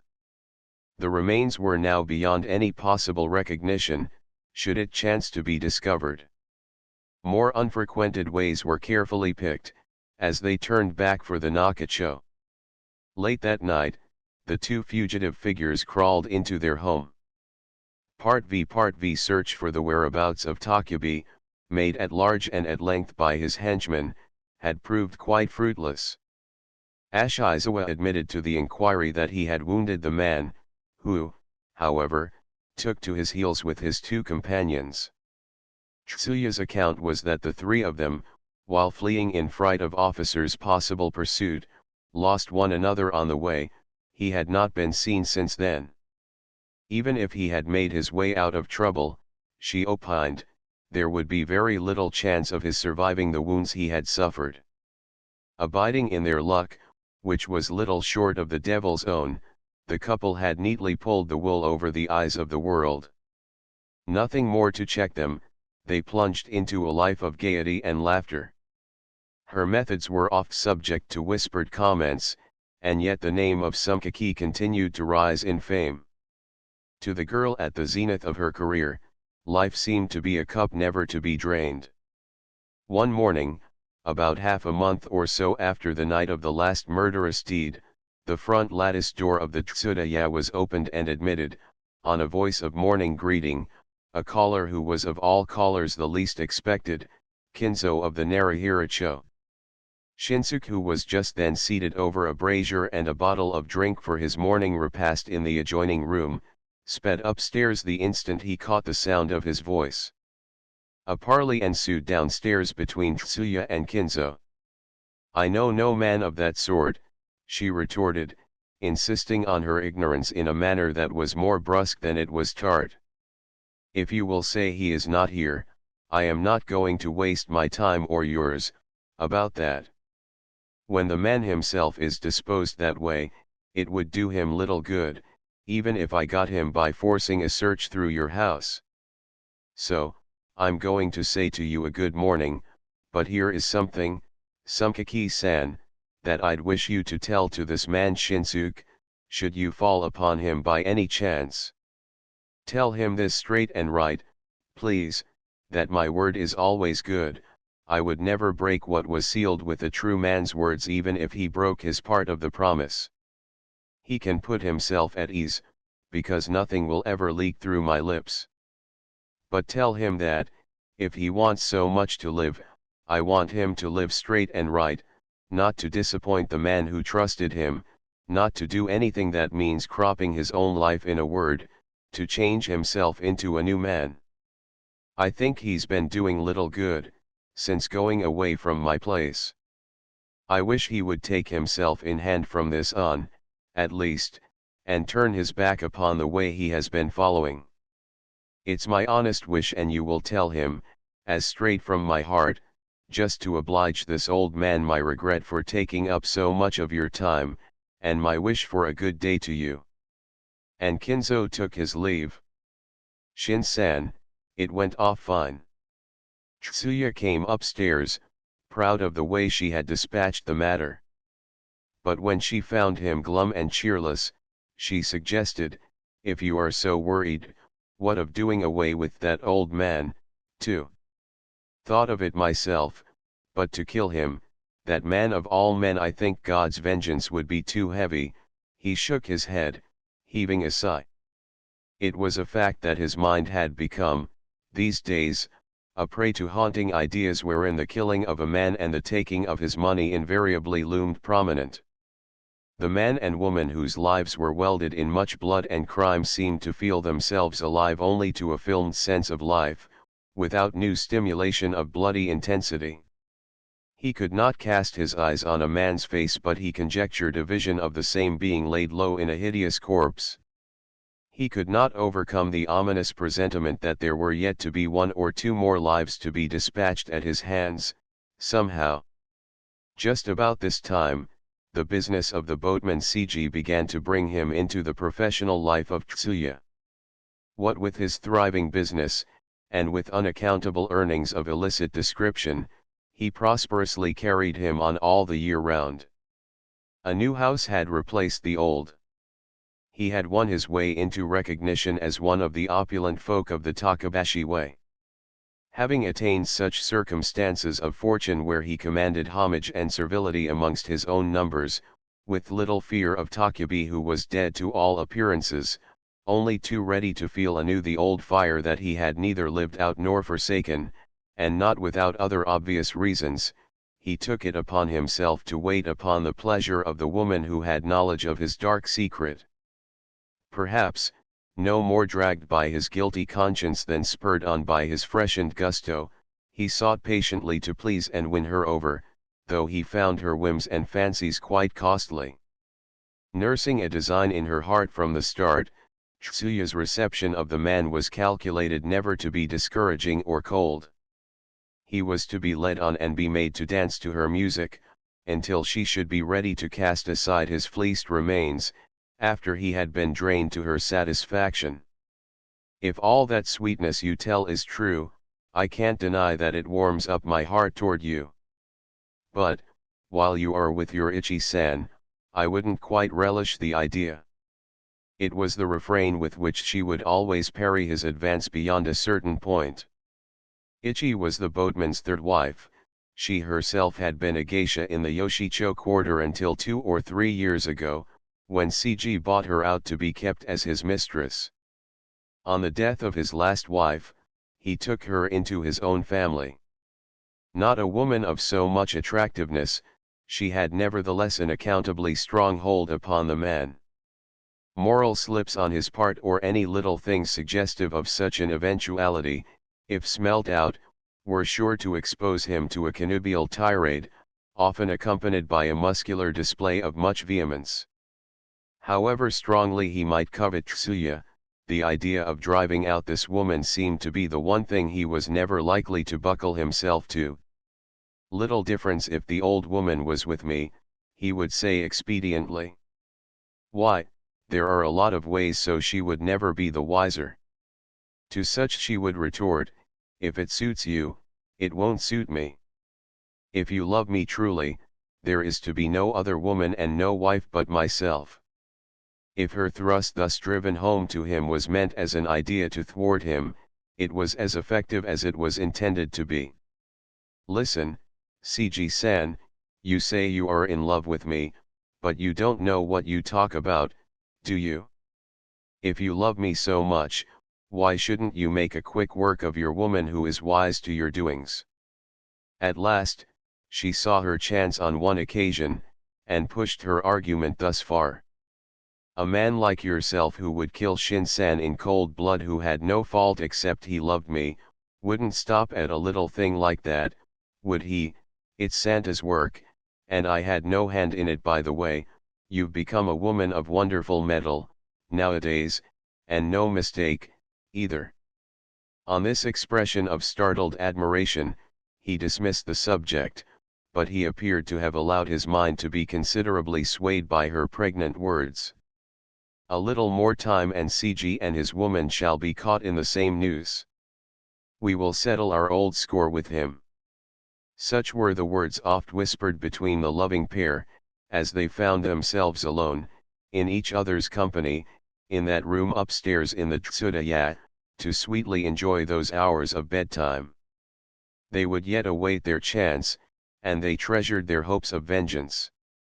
At each of his workaday passages to and from the house, by day or at night, Shinsuke's mind was scrupulously employed not to expose himself to sight a whit more than necessary. Their chance came, at length, in July of the same year, when the summer was at its height. Through the arrest of one of his gang, a series of convicting cases had begun to be brought to light against Seiji, driving him to the decision that he should shut up his house, and sneak off into the country where to lie low in hiding for some while. This should be his chance to do away with Ichi, and this would be done to clear the way for them, for he wished Tsuya to accompany him on this flight into his life to open anew. He would, of course, bear away all the money on hand. It was suggested that they should steal away by boat under cover of night. When this was whispered into her ear, Tsuya gave a ready assent, forcing down her heaving bosom. The 4th hour of a night, a few days after the Buddhist festivity on the 15th of July, was set for the time of dispatching his woman Ichi and their departure from town. The day before the appointed night found Seiji all but completed in his preparations. His hired hands, many in number, had been discharged, furniture and household sundries all sold off. Not a soul or a thing remained save his wife, Ichi, whom he assured he would take as his sole companion on his flight. To Tsuya was sent the message that she should walk in by the kitchen entrance on the stroke of the 4th hour of the night, as Ichi would be removed by that time. Having reassured herself of Shinsuke's part of the concert, alone and covering her face partly in a wimple, Tsuya walked in through the kitchen door of the boatman's house, sharp at the appointed hour. Here I am," hailed Seiji, who was discovered in the back room, standing in the light of a sleep-room lantern, a figure gaunt and drawn to its height. Lying at his feet with 2 hands outstretched and stark, was all that remained of his woman. "I'm just through with it, a heap of trouble she gave." He was still fighting hard for his breath. "What does she look like? Let me take a peep." Mistress of the situation, she calmly fed up the wick in the oil, and looked down into the woman's face. Presumably because of blood having been sent up to the head upon strangling, her complexion looked fresh and pretty as in life. An expression of agony that lingered over her features appeared as if it trailed into the whisper of a mirthful grin. Her eyes fixed in a soulless glare on the ceiling were the only objects of grim terror. "There is the boat already, out there. We'll take this carcass along and sink it down, somewhere in the offing now. About money, here is what I've raked up. CG almost dropped before her a weighty-looking bag of straw matting, in which there was 500 ryo in gold pieces, he explained. In this moment, the door at the kitchen entrance was noiselessly opened for a second time. Shinsuke stole in. "CG-san, my greetings to you after such a long time. I'm obliged to you for all that you've been doing for my Tsuya." "What? You Shinsuke-san?" CG's face instantly paled. Before his eyes loomed forth a man, now uncovered of the hand towel in which he had come concealing his face, dressed in a light thing of blue and white, a sash of blue stripes, his glossy hair combed fresh and neat.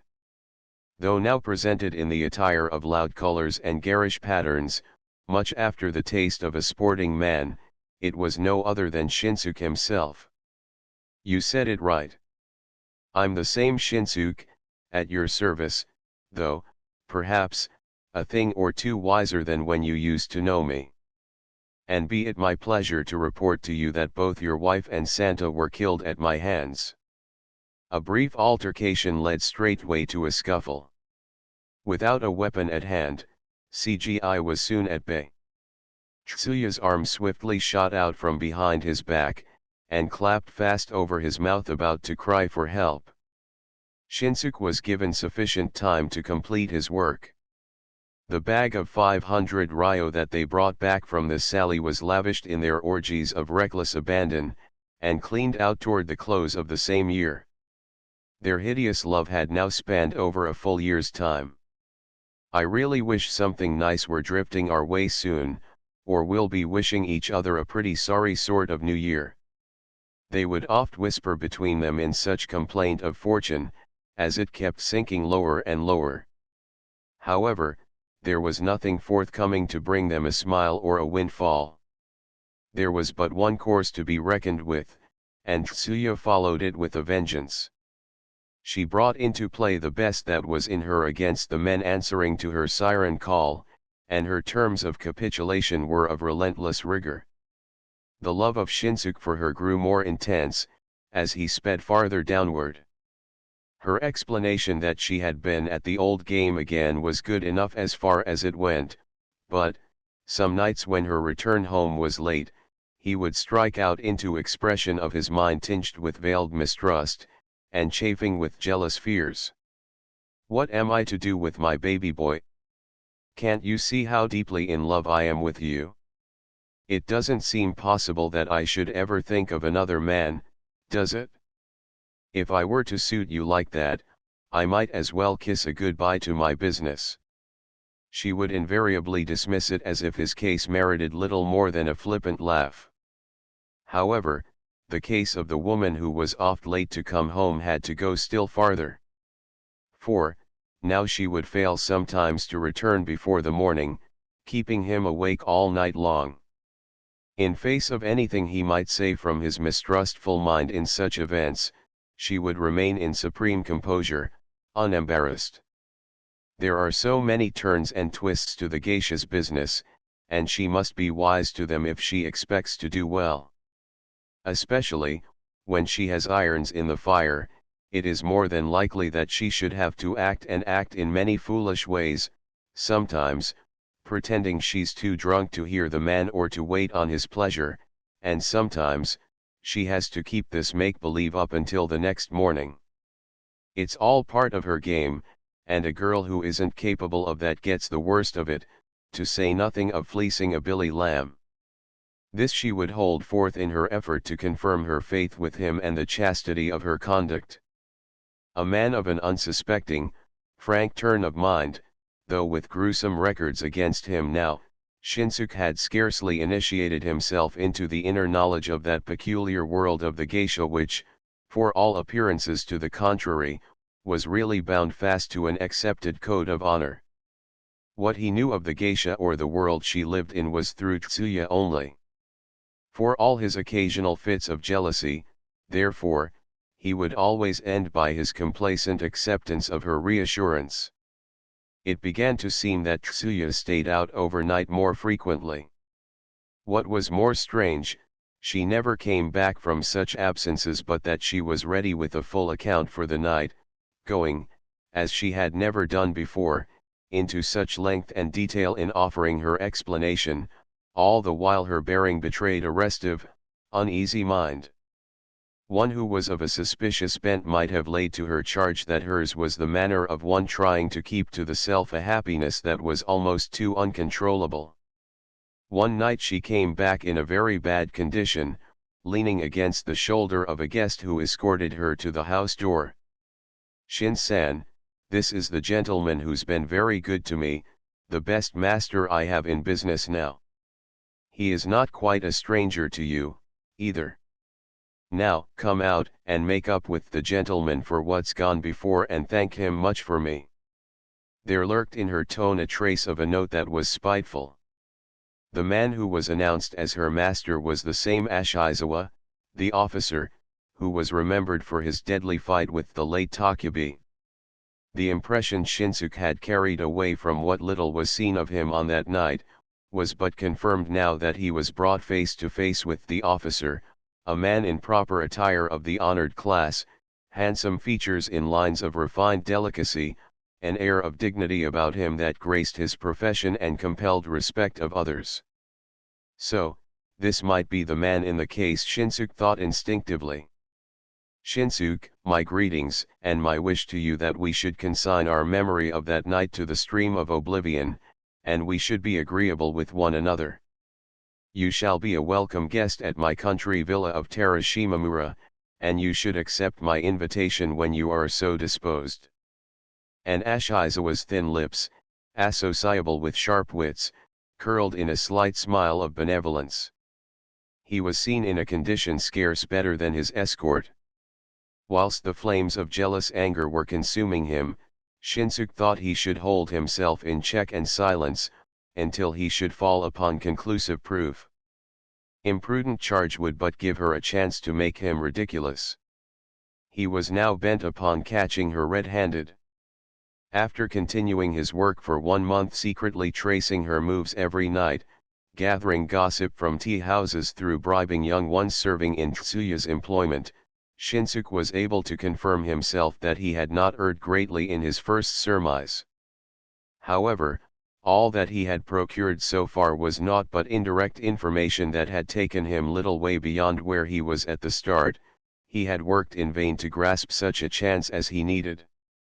Tsuya, so sure of her own self and of his docile mind, would never fail, on her return from calls, to carry it off, on each occasion, with superb confidence, glib of tongue and full of the memories of people and places that were conspicuous for their absence.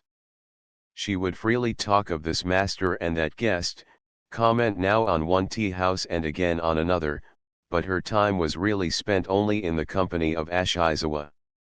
As Shinsuke began to see it through the veil she meant to draw over his eyes, exasperating because done with self-confidence that was well nigh a taunt, Shinsuke found himself yielding to the passions of his outraged heart, until he could bear the situation no longer. In the evening of the 3rd day of the new year, though acting on such weak evidence as he had as a result of his investigation, he brought her to confront the shafts of his examination. "Now that you speak of it, I might as well tell you. I see you are improving, though perhaps you don't know it. You haven't lived all this time with me for nothing." Where he had anticipated a downright denial, she flung her retort straight to his face. Her eyes were vivid with stinging scorn, as she went on. "It is a fact I have sold myself to Ashizawa, if you would have it that way. But, Shin-san, if you expect to have a geisha for a sweetheart, you ought to be wise to the game, and don't fool yourself about it. I may be as good at those things as many others, but you can't expect me or anybody else, for that matter, to manage to put it over for hard cash by only palming off sugar pills to them. If I didn't tell you everything straight and open, you ought to have seen what's what, all the same. And if you knew that I was doing all this not for the love of the thing but for you, your comfort and pleasure in life, you ought to be saying to me something nicer than that. It's for you to keep your eyes and mouth shut now that we are at it. I may as well open your eyes now as later. There were times when I gave myself not only to Takeubi, but to Seiji, too. If you didn't know it, that means no credit to you. Her taunting abuse thrown to his face, Shinsuke flew into a rage. Had it been but a matter of broken faith, the chastity of her body, he might have forborne and reconciled himself to the truth of it. In none of the words she uttered was seen a trace of truthfulness. Her real intention was, to all appearances, that she should drive him into a passion and, once a wedge was driven in between them through this idea, should turn her back upon him and go her own way. It's no credit to me, and you are right. I never thought for a moment that there should be so much rottenness in your heart. And now take this for deceiving me all this time. Swiftly, he took her by her hair at the back of her head, brought her down under his knees. His hand flew to a clothes hanger lying nearby, his blows were many and none too sparing. Even the while he dealt out punishment, he became conscious of a sharp feeling of desolation, as of a child forsaken by its parents, rising to fill his heart. That his examination of this night should come to this dismal abomination, had been quite beyond his ken. Where he had hoped to take her unawares, he found himself confronted by the other even more prepared in mind than he himself was. What was he to do should she leave him now? But his mind refused to be harrowed thus far. Beat me as much as you want. I do really love that man Ashizawa, as you supposed. For a long time I've had enough of a dolt like you. It was not a taunt that he was not exactly prepared for, nonetheless, flaunted to his face with such open boldness, it stunned him. He was so stunned as to relax, in spite of himself, his hold on the rod. Gone too far beyond his help, the thought darted through his mind, and he was assailed by an unbearable and abject misery. I am sorry for what I said, and I say no more. Never will I worry you again with my foolish thoughts, so forgive me, and smile again. Think of me, of us, I beg you, and love me as you used to do. Shinsuke repeated himself to such effect time and again, as he went on the knees before her, his head bowed low. To which insistent entreaty, Tsuya's answer continued to be one and unchanged: I have to take care of myself, too. Give me a couple of days or so to think it over, before I know what to tell you. The case of what was known as the killing of Otsuya took place 2 or 3 days after this. Generally, a woman of stout heart and dauntless courage, Tsuya seemed to have lost her grip on herself, and stood in strong dread of the worst the man might dare at the last. She had therefore carried on her preparations in the dark. On the 3rd day, at a late hour in the night, she betook herself from a party at a tea house, and thence effaced herself. Shinsuke, who had been on the alert, did not neglect to keep himself informed. When he was informed at the call station of her departure from the house, he set off at once for Myokojima. On the river bank of Myokojima, near the gateway to the Maimguri shrine, she was overtaken and dragged out of the palanquin. Tsuya held back his arm, and, with a gesture of prayer, said, "For mercy's sake, Shin-san, let me see Ashizawa-san 1 second, before you kill me." She fled about to elude and dodge the slashing blows, the while she kept calling out for help. And it was the name of Ashizawa who had lastly claimed her heart that she went on crying even unto her last. A biographical note: Jun'ichiro Tanizaki was born in Tokyo in 1886. Upon his graduation from the secondary school in 1905, he entered the first higher preparatory school where he took a course in law. Swayed by the desire, unforsakable and strong, to take up literary pursuit, to quote his own words, he changed for the course in English literature 2 years later, giving up what little ambition he may have had in legal line. Next year, he advanced to the literary course in the Imperial University, Tokyo. In 1909, he was one of those youthful aspirants to venture upon the publication of a monthly magazine, Jun'ichiro, New Thought Current. His interest and activity in the literary work had grown so intensive, by this time, that he was willing to give up his collegiate career. His trips to China, first in 1918 and second in 1926, were productive of travel sketches marked by keen power of observation and broad sympathy. When the Taisho Igakaisha, Taisho Moving Picture Company, was founded in 1920, Tanizaki engaged himself as advisor to the scenario department, which duty, however, he held only for a year. Brief as his connection was with the motion picture industry, he was responsible for some productions worked by a distinct literary quality. Since then he has been devoting himself to his literary work, steadily contributing to monthly publication serials, short stories, plays and essays.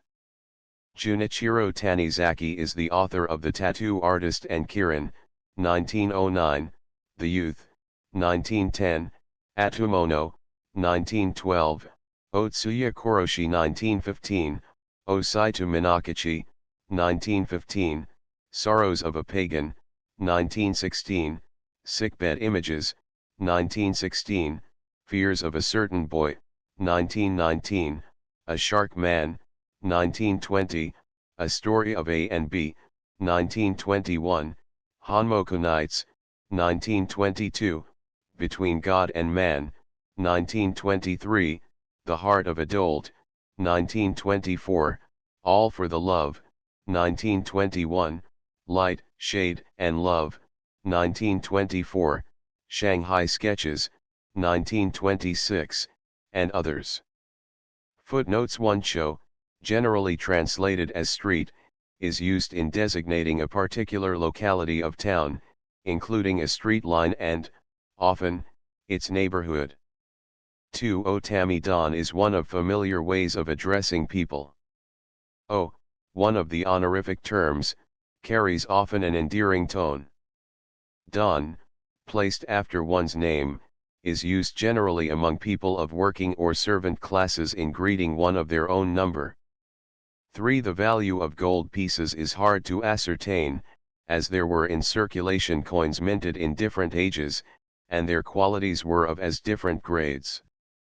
However, 1 ryo, as the larger gold money was termed, is about equivalent to 100 yen according to the present scale of currency and its purchasing power, or it is, at least, an approximation as near as needed for our present purpose. 4 Chan is used in accosting a person in an endearing way. Tsu, an abbreviation for Tsuya as Shin is for Shinsuk, is an instance of shortening a name in familiar speech. 5 The bone holidays which fall on the middle of the 7th month are observed in honor of the return of the dead souls to their former earthly abode. It is still kept to this day not so much for general religious fervor as a convenient time to mark off the first half portion of the year.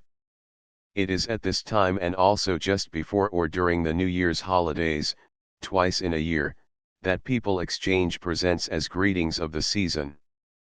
One who receives a call at such time by a man below oneself generally acknowledges the same with small or large tips. 6 Incorrectness in the manners or conduct of a man in a lower level of culture or intellect, if not ill-meant and not pushed too far, is generally taken as a matter of course more or less, and treated as such. Benevolence and understanding have always been regarded by the Japanese as so much of virtue as well as the prerogative of a man in a more favored position of life. Thus it is seen why the boatman's manners, above described, coming so openly and frankly from a man who knew no better, were accepted as a well-meant effort to amuse the company at the expense of nobody but himself. 7. In old times the theatre generally opened at about 10 o'clock in the morning, continuing until about 9 o'clock in the evening. What of the distance to cover on foot and of this early performance, theatre-goers had to leave their homes early and made a complete day and evening of it. 8. When the succession of a family line was considered paramount, no parents would agree to their heir or heiress marrying out of their family. The eldest son succeeded to the family name and estate. In case of a daughter being the only one to succeed, a man was chosen to marry her and take her family name, so that it would not pass out for the absence of a male child. 9. In old time the geisha was not permitted to wear foot cover in company of her guests, an idea to keep herself low out of her respect for their lordly patronage. However, the custom was often looked on as a privilege for a woman of dainty feet to indulge in. 10. San, used after one's name, is an honorific term used in more formal language and the one most used in accosting people. 11. 10 o'clock. 12. The 8th year of Bunsei was 1825 AD. 13. Hatamoto, the shogun's bodyguards, therefore, the most honored amongst the samurai under the shogunate regime. 14. It is customary that the husband calls his wife's name without any honorific term, whilst the wife addresses to him in a more honored way. 15. Sake, drink made from rice and the most common drink among the Japanese. 16. Samisen or, often pronounced shamisen, is a musical instrument of 3 strings. It plays invariably a chief part in the music entertainment given by the geisha. 17. Kitabushi, a distinct musical product of Edo civilization, is one of those tunes which are played secondary to the chanted words, often telling a dramatic episode or a tale complete in itself. Transcriber's notes: in the HTML version of this text, original page numbers are enclosed in square brackets and presented in the right margin. Footnotes have been numbered and moved to the back of the book. Misspelled words have been corrected. Obsolete and alternative spellings have been left unchanged, e.g. Athenaeum, dingy, fullness, kidnapping, niche, stayed. Spelling and hyphenation have otherwise not been standardized.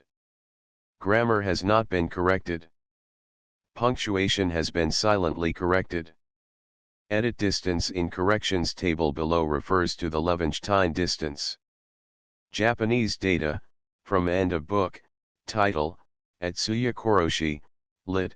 Otsuya Murder, author, Tanizaki, Jun'ichiro translator, Iwado, Zenkai publisher, person Fuwa, Samada printer, person Kitamura, Toiki print date, Showa, era, year July 2, 5, i.e. July 5, 1927, printing site, Japan Times Company Printing Department Tokyo City Kojimaki Uchisai Iwaicho 1 5 Banchi publication date, Showa, era, year July 2, 15, i.e. 15.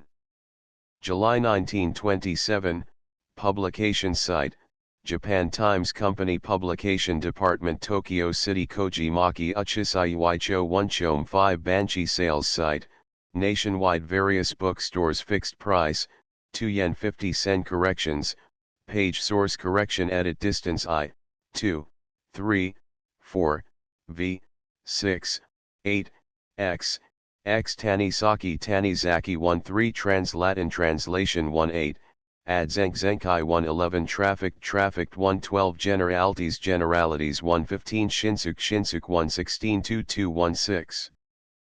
Paraphernalia 2 11 Detach 1 12 Bulging 1 21 Wainscoted 1 23, new paragraph, 0 27, missing text, part 2 140 Against 143, new paragraph, 043 insistly insistently 343 in spite 149 again against 278 himself 282 purposely 183 waned wanted 183 due to 191 belch 100 scarcely 3 101 effect 112 141 news 129 raises tent resistant 129 147 uncontrollable 140 Loudwood 142 Wimple 146 unembarrassed 151 Forborn 1. End of the Project Gutenberg ebook. A springtime case updated editions will replace the previous one. The old editions will be renamed. Creating the works from print editions not protected by U.S. copyright law means that no one owns a United States copyright in these works, so the Foundation, and you, can copy and distribute it in the United States without permission and without paying copyright royalties. Special rules, set forth in the general terms of use part of this license, apply to copying and distributing Project Gutenberg trademark electronic works to protect the Project Gutenberg trademark concept and trademark. Project Gutenberg is a registered trademark, and may not be used if you charge for an ebook, except by following the terms of the trademark license, including paying royalties for use of the Project Gutenberg trademark. If you do not charge anything for copies of this ebook, complying with the trademark license is very easy. You may use this ebook for nearly any purpose such as creation of derivative works, reports, performances, and research.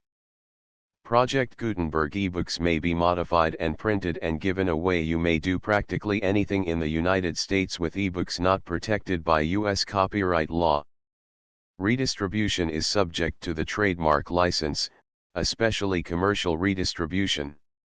Start, full license. The full Project Gutenberg license. Please read this before you distribute or use this work to protect the Project Gutenberg trademark mission of promoting the free distribution of electronic works, by using or distributing this work, or any other work associated in any way with the phrase Project Gutenberg. You agree to comply with all the terms of the full Project Gutenberg trademark license available with this file or online at www.gutenberg.org/license. Section 1. General Terms of Use and Redistributing Project Gutenberg Trademark Electronic Works 1.a.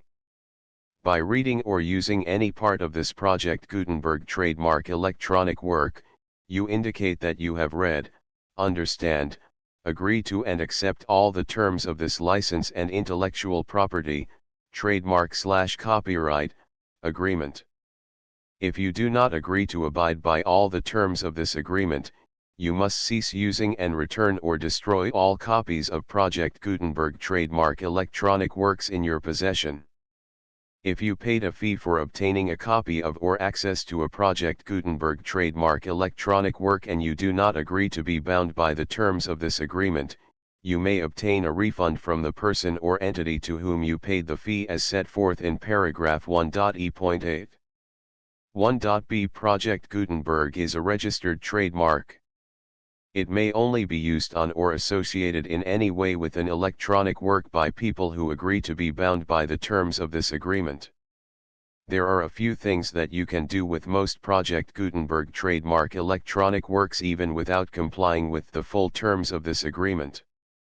See paragraph 1.c below. There are a lot of things you can do with Project Gutenberg trademark electronic works if you follow the terms of this agreement and help preserve free future access to Project Gutenberg trademark electronic works. See paragraph 1.e below. 1.c.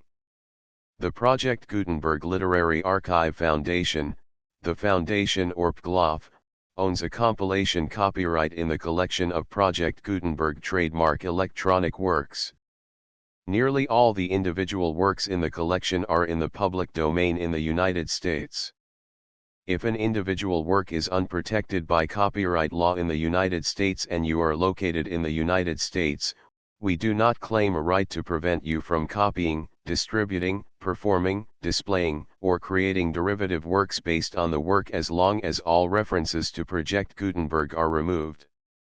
Of course, we hope that you will support the Project Gutenberg trademark mission of promoting free access to electronic works by freely sharing Project Gutenberg trademark works in compliance with the terms of this agreement for keeping the Project Gutenberg trademark name associated with the work. You can easily comply with the terms of this agreement by keeping this work in the same format with its attached full Project Gutenberg trademark license when you share it without charge with others. 1.d. The copyright laws of the place where you are located also govern what you can do with this work. Copyright laws in most countries are in a constant state of change. If you are outside the United States, check the laws of your country in addition to the terms of this agreement before downloading, copying, displaying, performing, distributing or creating derivative works based on this work or any other Project Gutenberg trademark work.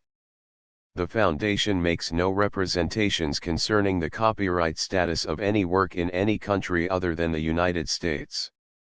1.e Unless you have removed all references to Project Gutenberg, 1.e.1. The following sentence, with active links to, or other immediate access to, the full Project Gutenberg trademark license must appear prominently whenever any copy of a Project Gutenberg trademark work, any work on which the phrase Project Gutenberg appears, or with which the phrase Project Gutenberg is associated, is accessed, displayed, performed, viewed, copied or distributed. This ebook is for the use of anyone anywhere in the United States and most other parts of the world at no cost and with almost no restrictions whatsoever. You may copy it, give it away or reuse it under the terms of the Project Gutenberg license included with this ebook or online at www.gutenberg.org. If you are not located in the United States, you will have to check the laws of the country where you are located before using this ebook. 1.e.2. If an individual Project Gutenberg trademark electronic work is derived from texts not protected by U.S. copyright law, does not contain a notice indicating that it is posted with permission of the copyright holder, the work can be copied and distributed to anyone in the United States without paying any fees or charges. If you are redistributing or providing access to a work with the phrase Project Gutenberg associated with or appearing on the work, you must comply either with the requirements of paragraphs 1.e.1 through 1.e.7 or obtain permission for the use of the work and the Project Gutenberg trademark as set forth in paragraphs 1.e.8 or 1.e.9. 1.e.3. If an individual Project Gutenberg trademark electronic work is posted with the permission of the copyright holder, your use and distribution must comply with both paragraphs 1.e.1 through 1.e.7 and any additional terms imposed by the copyright holder. Additional terms will be linked to the Project Gutenberg trademark license for all works posted with the permission of the copyright holder found at the beginning of this work. 1.e.4. Do not unlink or detach or remove the full Project Gutenberg trademark license terms from this work, or any files containing a part of this work or any other work associated with Project Gutenberg trademark. 1.e.5. Do not copy, display, perform, distribute or redistribute this electronic work, or any part of this electronic work, without prominently displaying the sentence set forth in paragraph 1.e.1 with active links or immediate access to the full terms of the Project Gutenberg trademark license. 1.e.6. You may convert to and distribute this work in any binary, compressed, marked up, non-proprietary or proprietary form, including any word processing or hypertext form. However, if you provide access to or distribute copies of a Project Gutenberg trademark work in a format other than plain vanilla ASCII or other format used in the official version posted on the official Project Gutenberg trademark website, www.gutenberg.org, you must, at no additional cost, fee, or expense to the user, provide a copy, a means of exporting a copy, or a means of obtaining a copy upon request, of the work in its original plain vanilla ASCII or other form. Any alternate format must include the full Project Gutenberg trademark license as specified in paragraph 1.e.1. 1.e.7.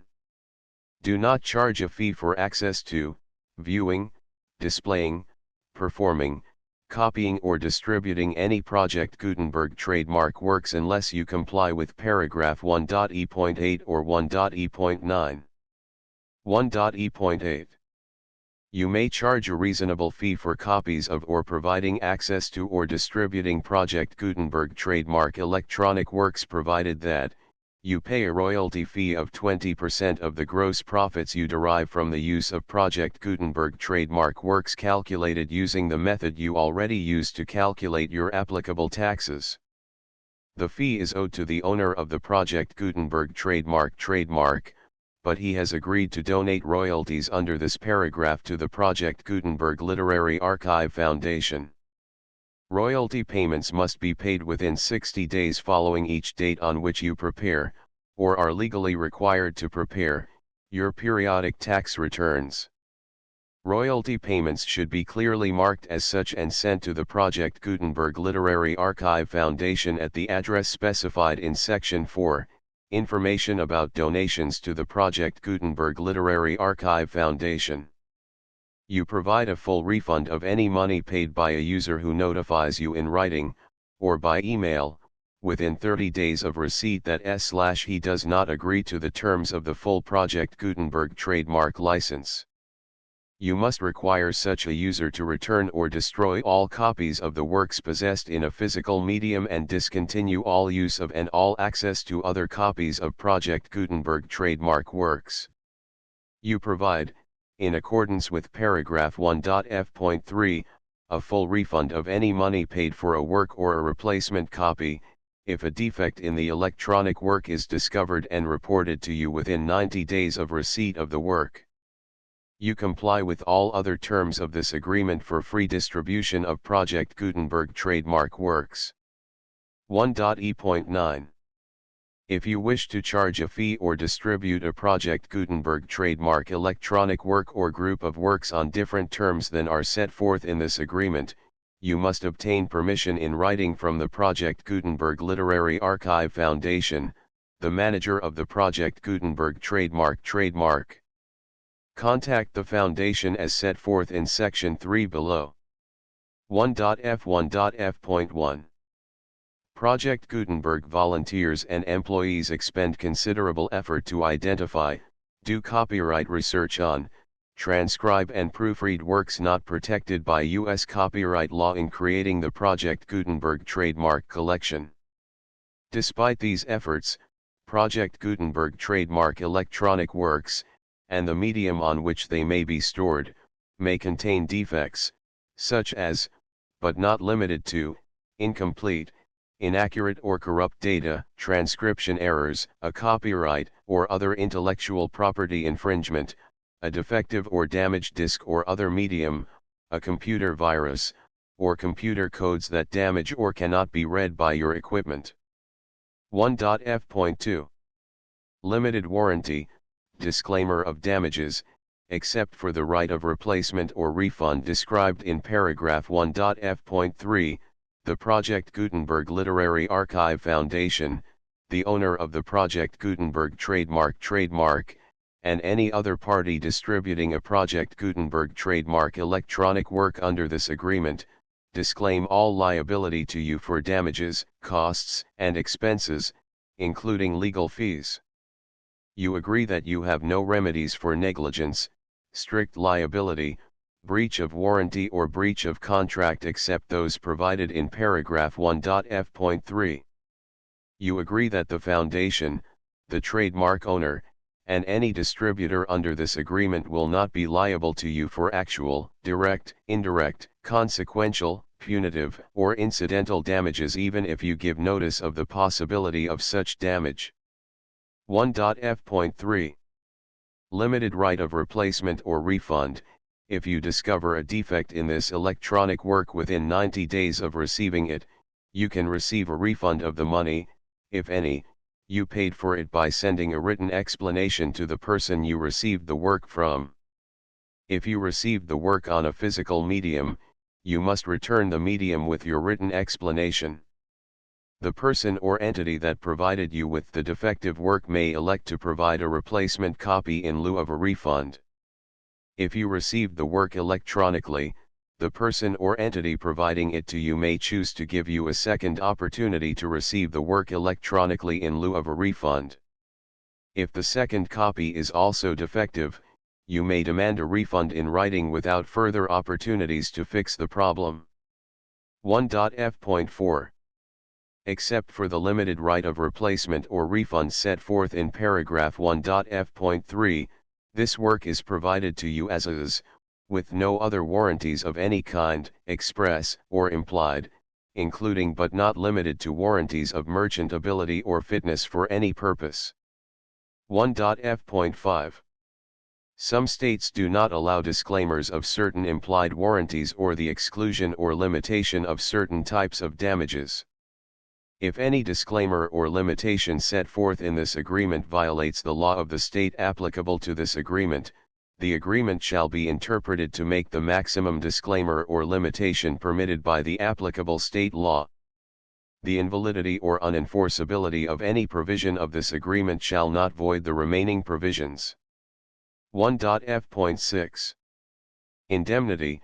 You agree to indemnify and hold the foundation, the trademark owner, any agent or employee of the foundation, anyone providing copies of Project Gutenberg trademark electronic works in accordance with this agreement, and any volunteers associated with the production, promotion, and distribution of Project Gutenberg trademark electronic works, harmless from all liability, costs, and expenses, including legal fees, that arise directly or indirectly from any of the following which you do or cause to occur.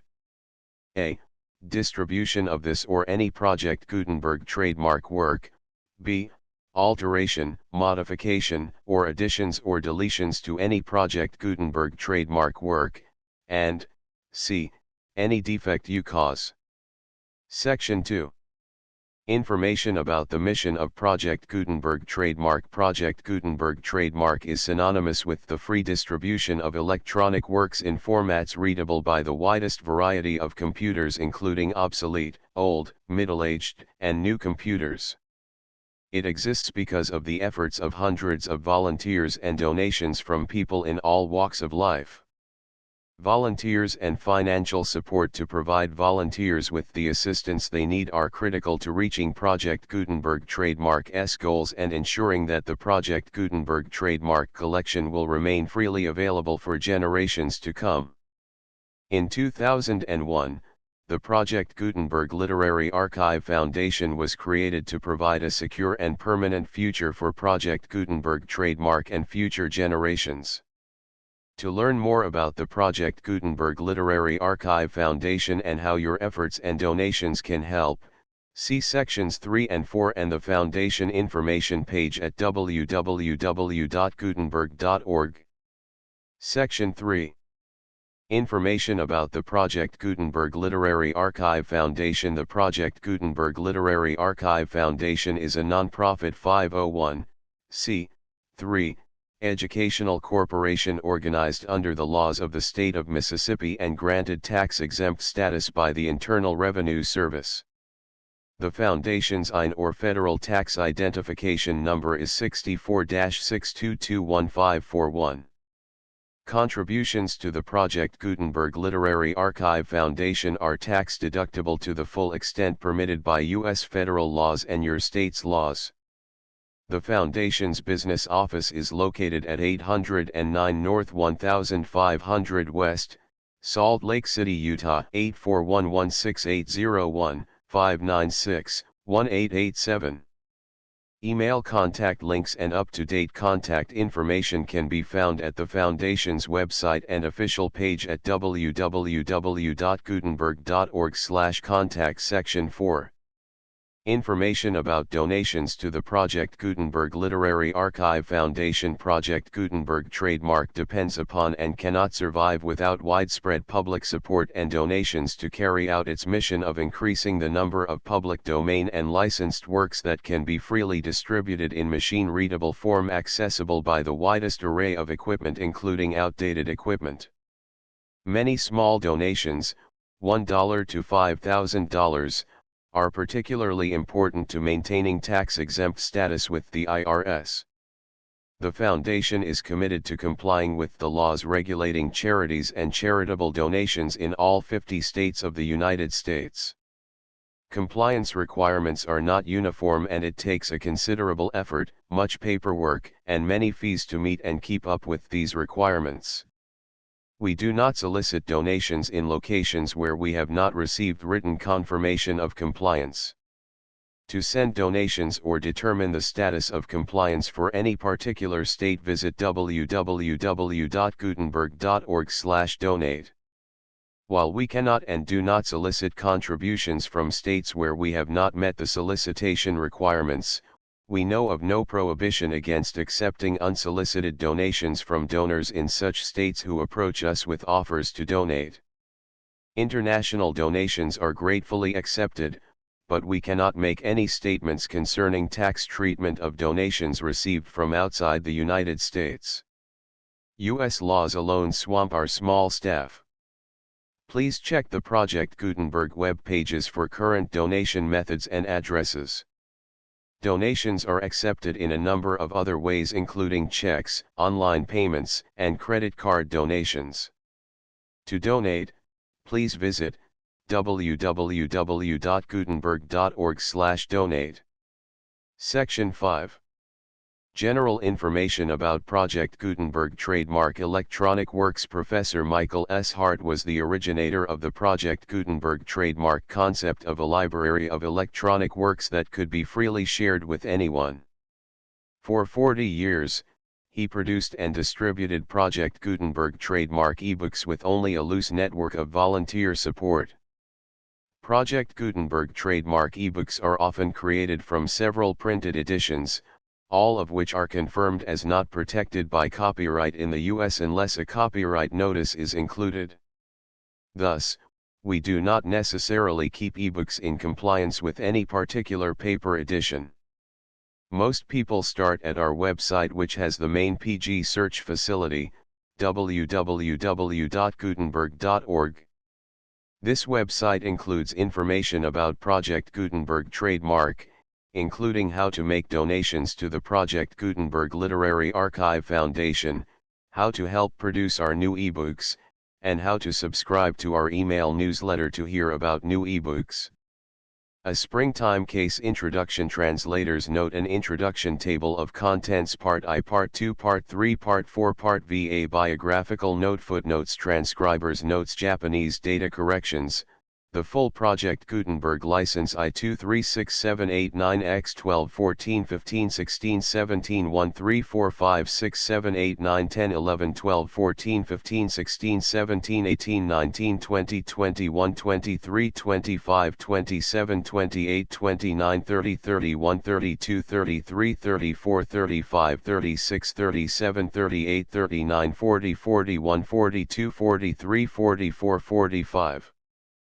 46, 47, 48, 49, 51, 52, 53, 54, 55, 56, 57, 58, 59, 60, 61, 62, 63, 65, 67, 68, 69, 70, 71, 72, 73, 74, 76, 77, 78, 80, 81, 82, 83, 84, 85, 86, 87, 88, 89, 90, 91, 92, 93, 94, 95, 96, 97, 98, 99, 100, 101, 102, 103, 104, 105, 106, 107, 108, 109, 110, 111, 112, 113, 115, 117, 118, 120, 121, 122, 122 123 124 125 126 127 128 129 130 131 133 135 136 137 138 139 140 141 142 144 145 146 148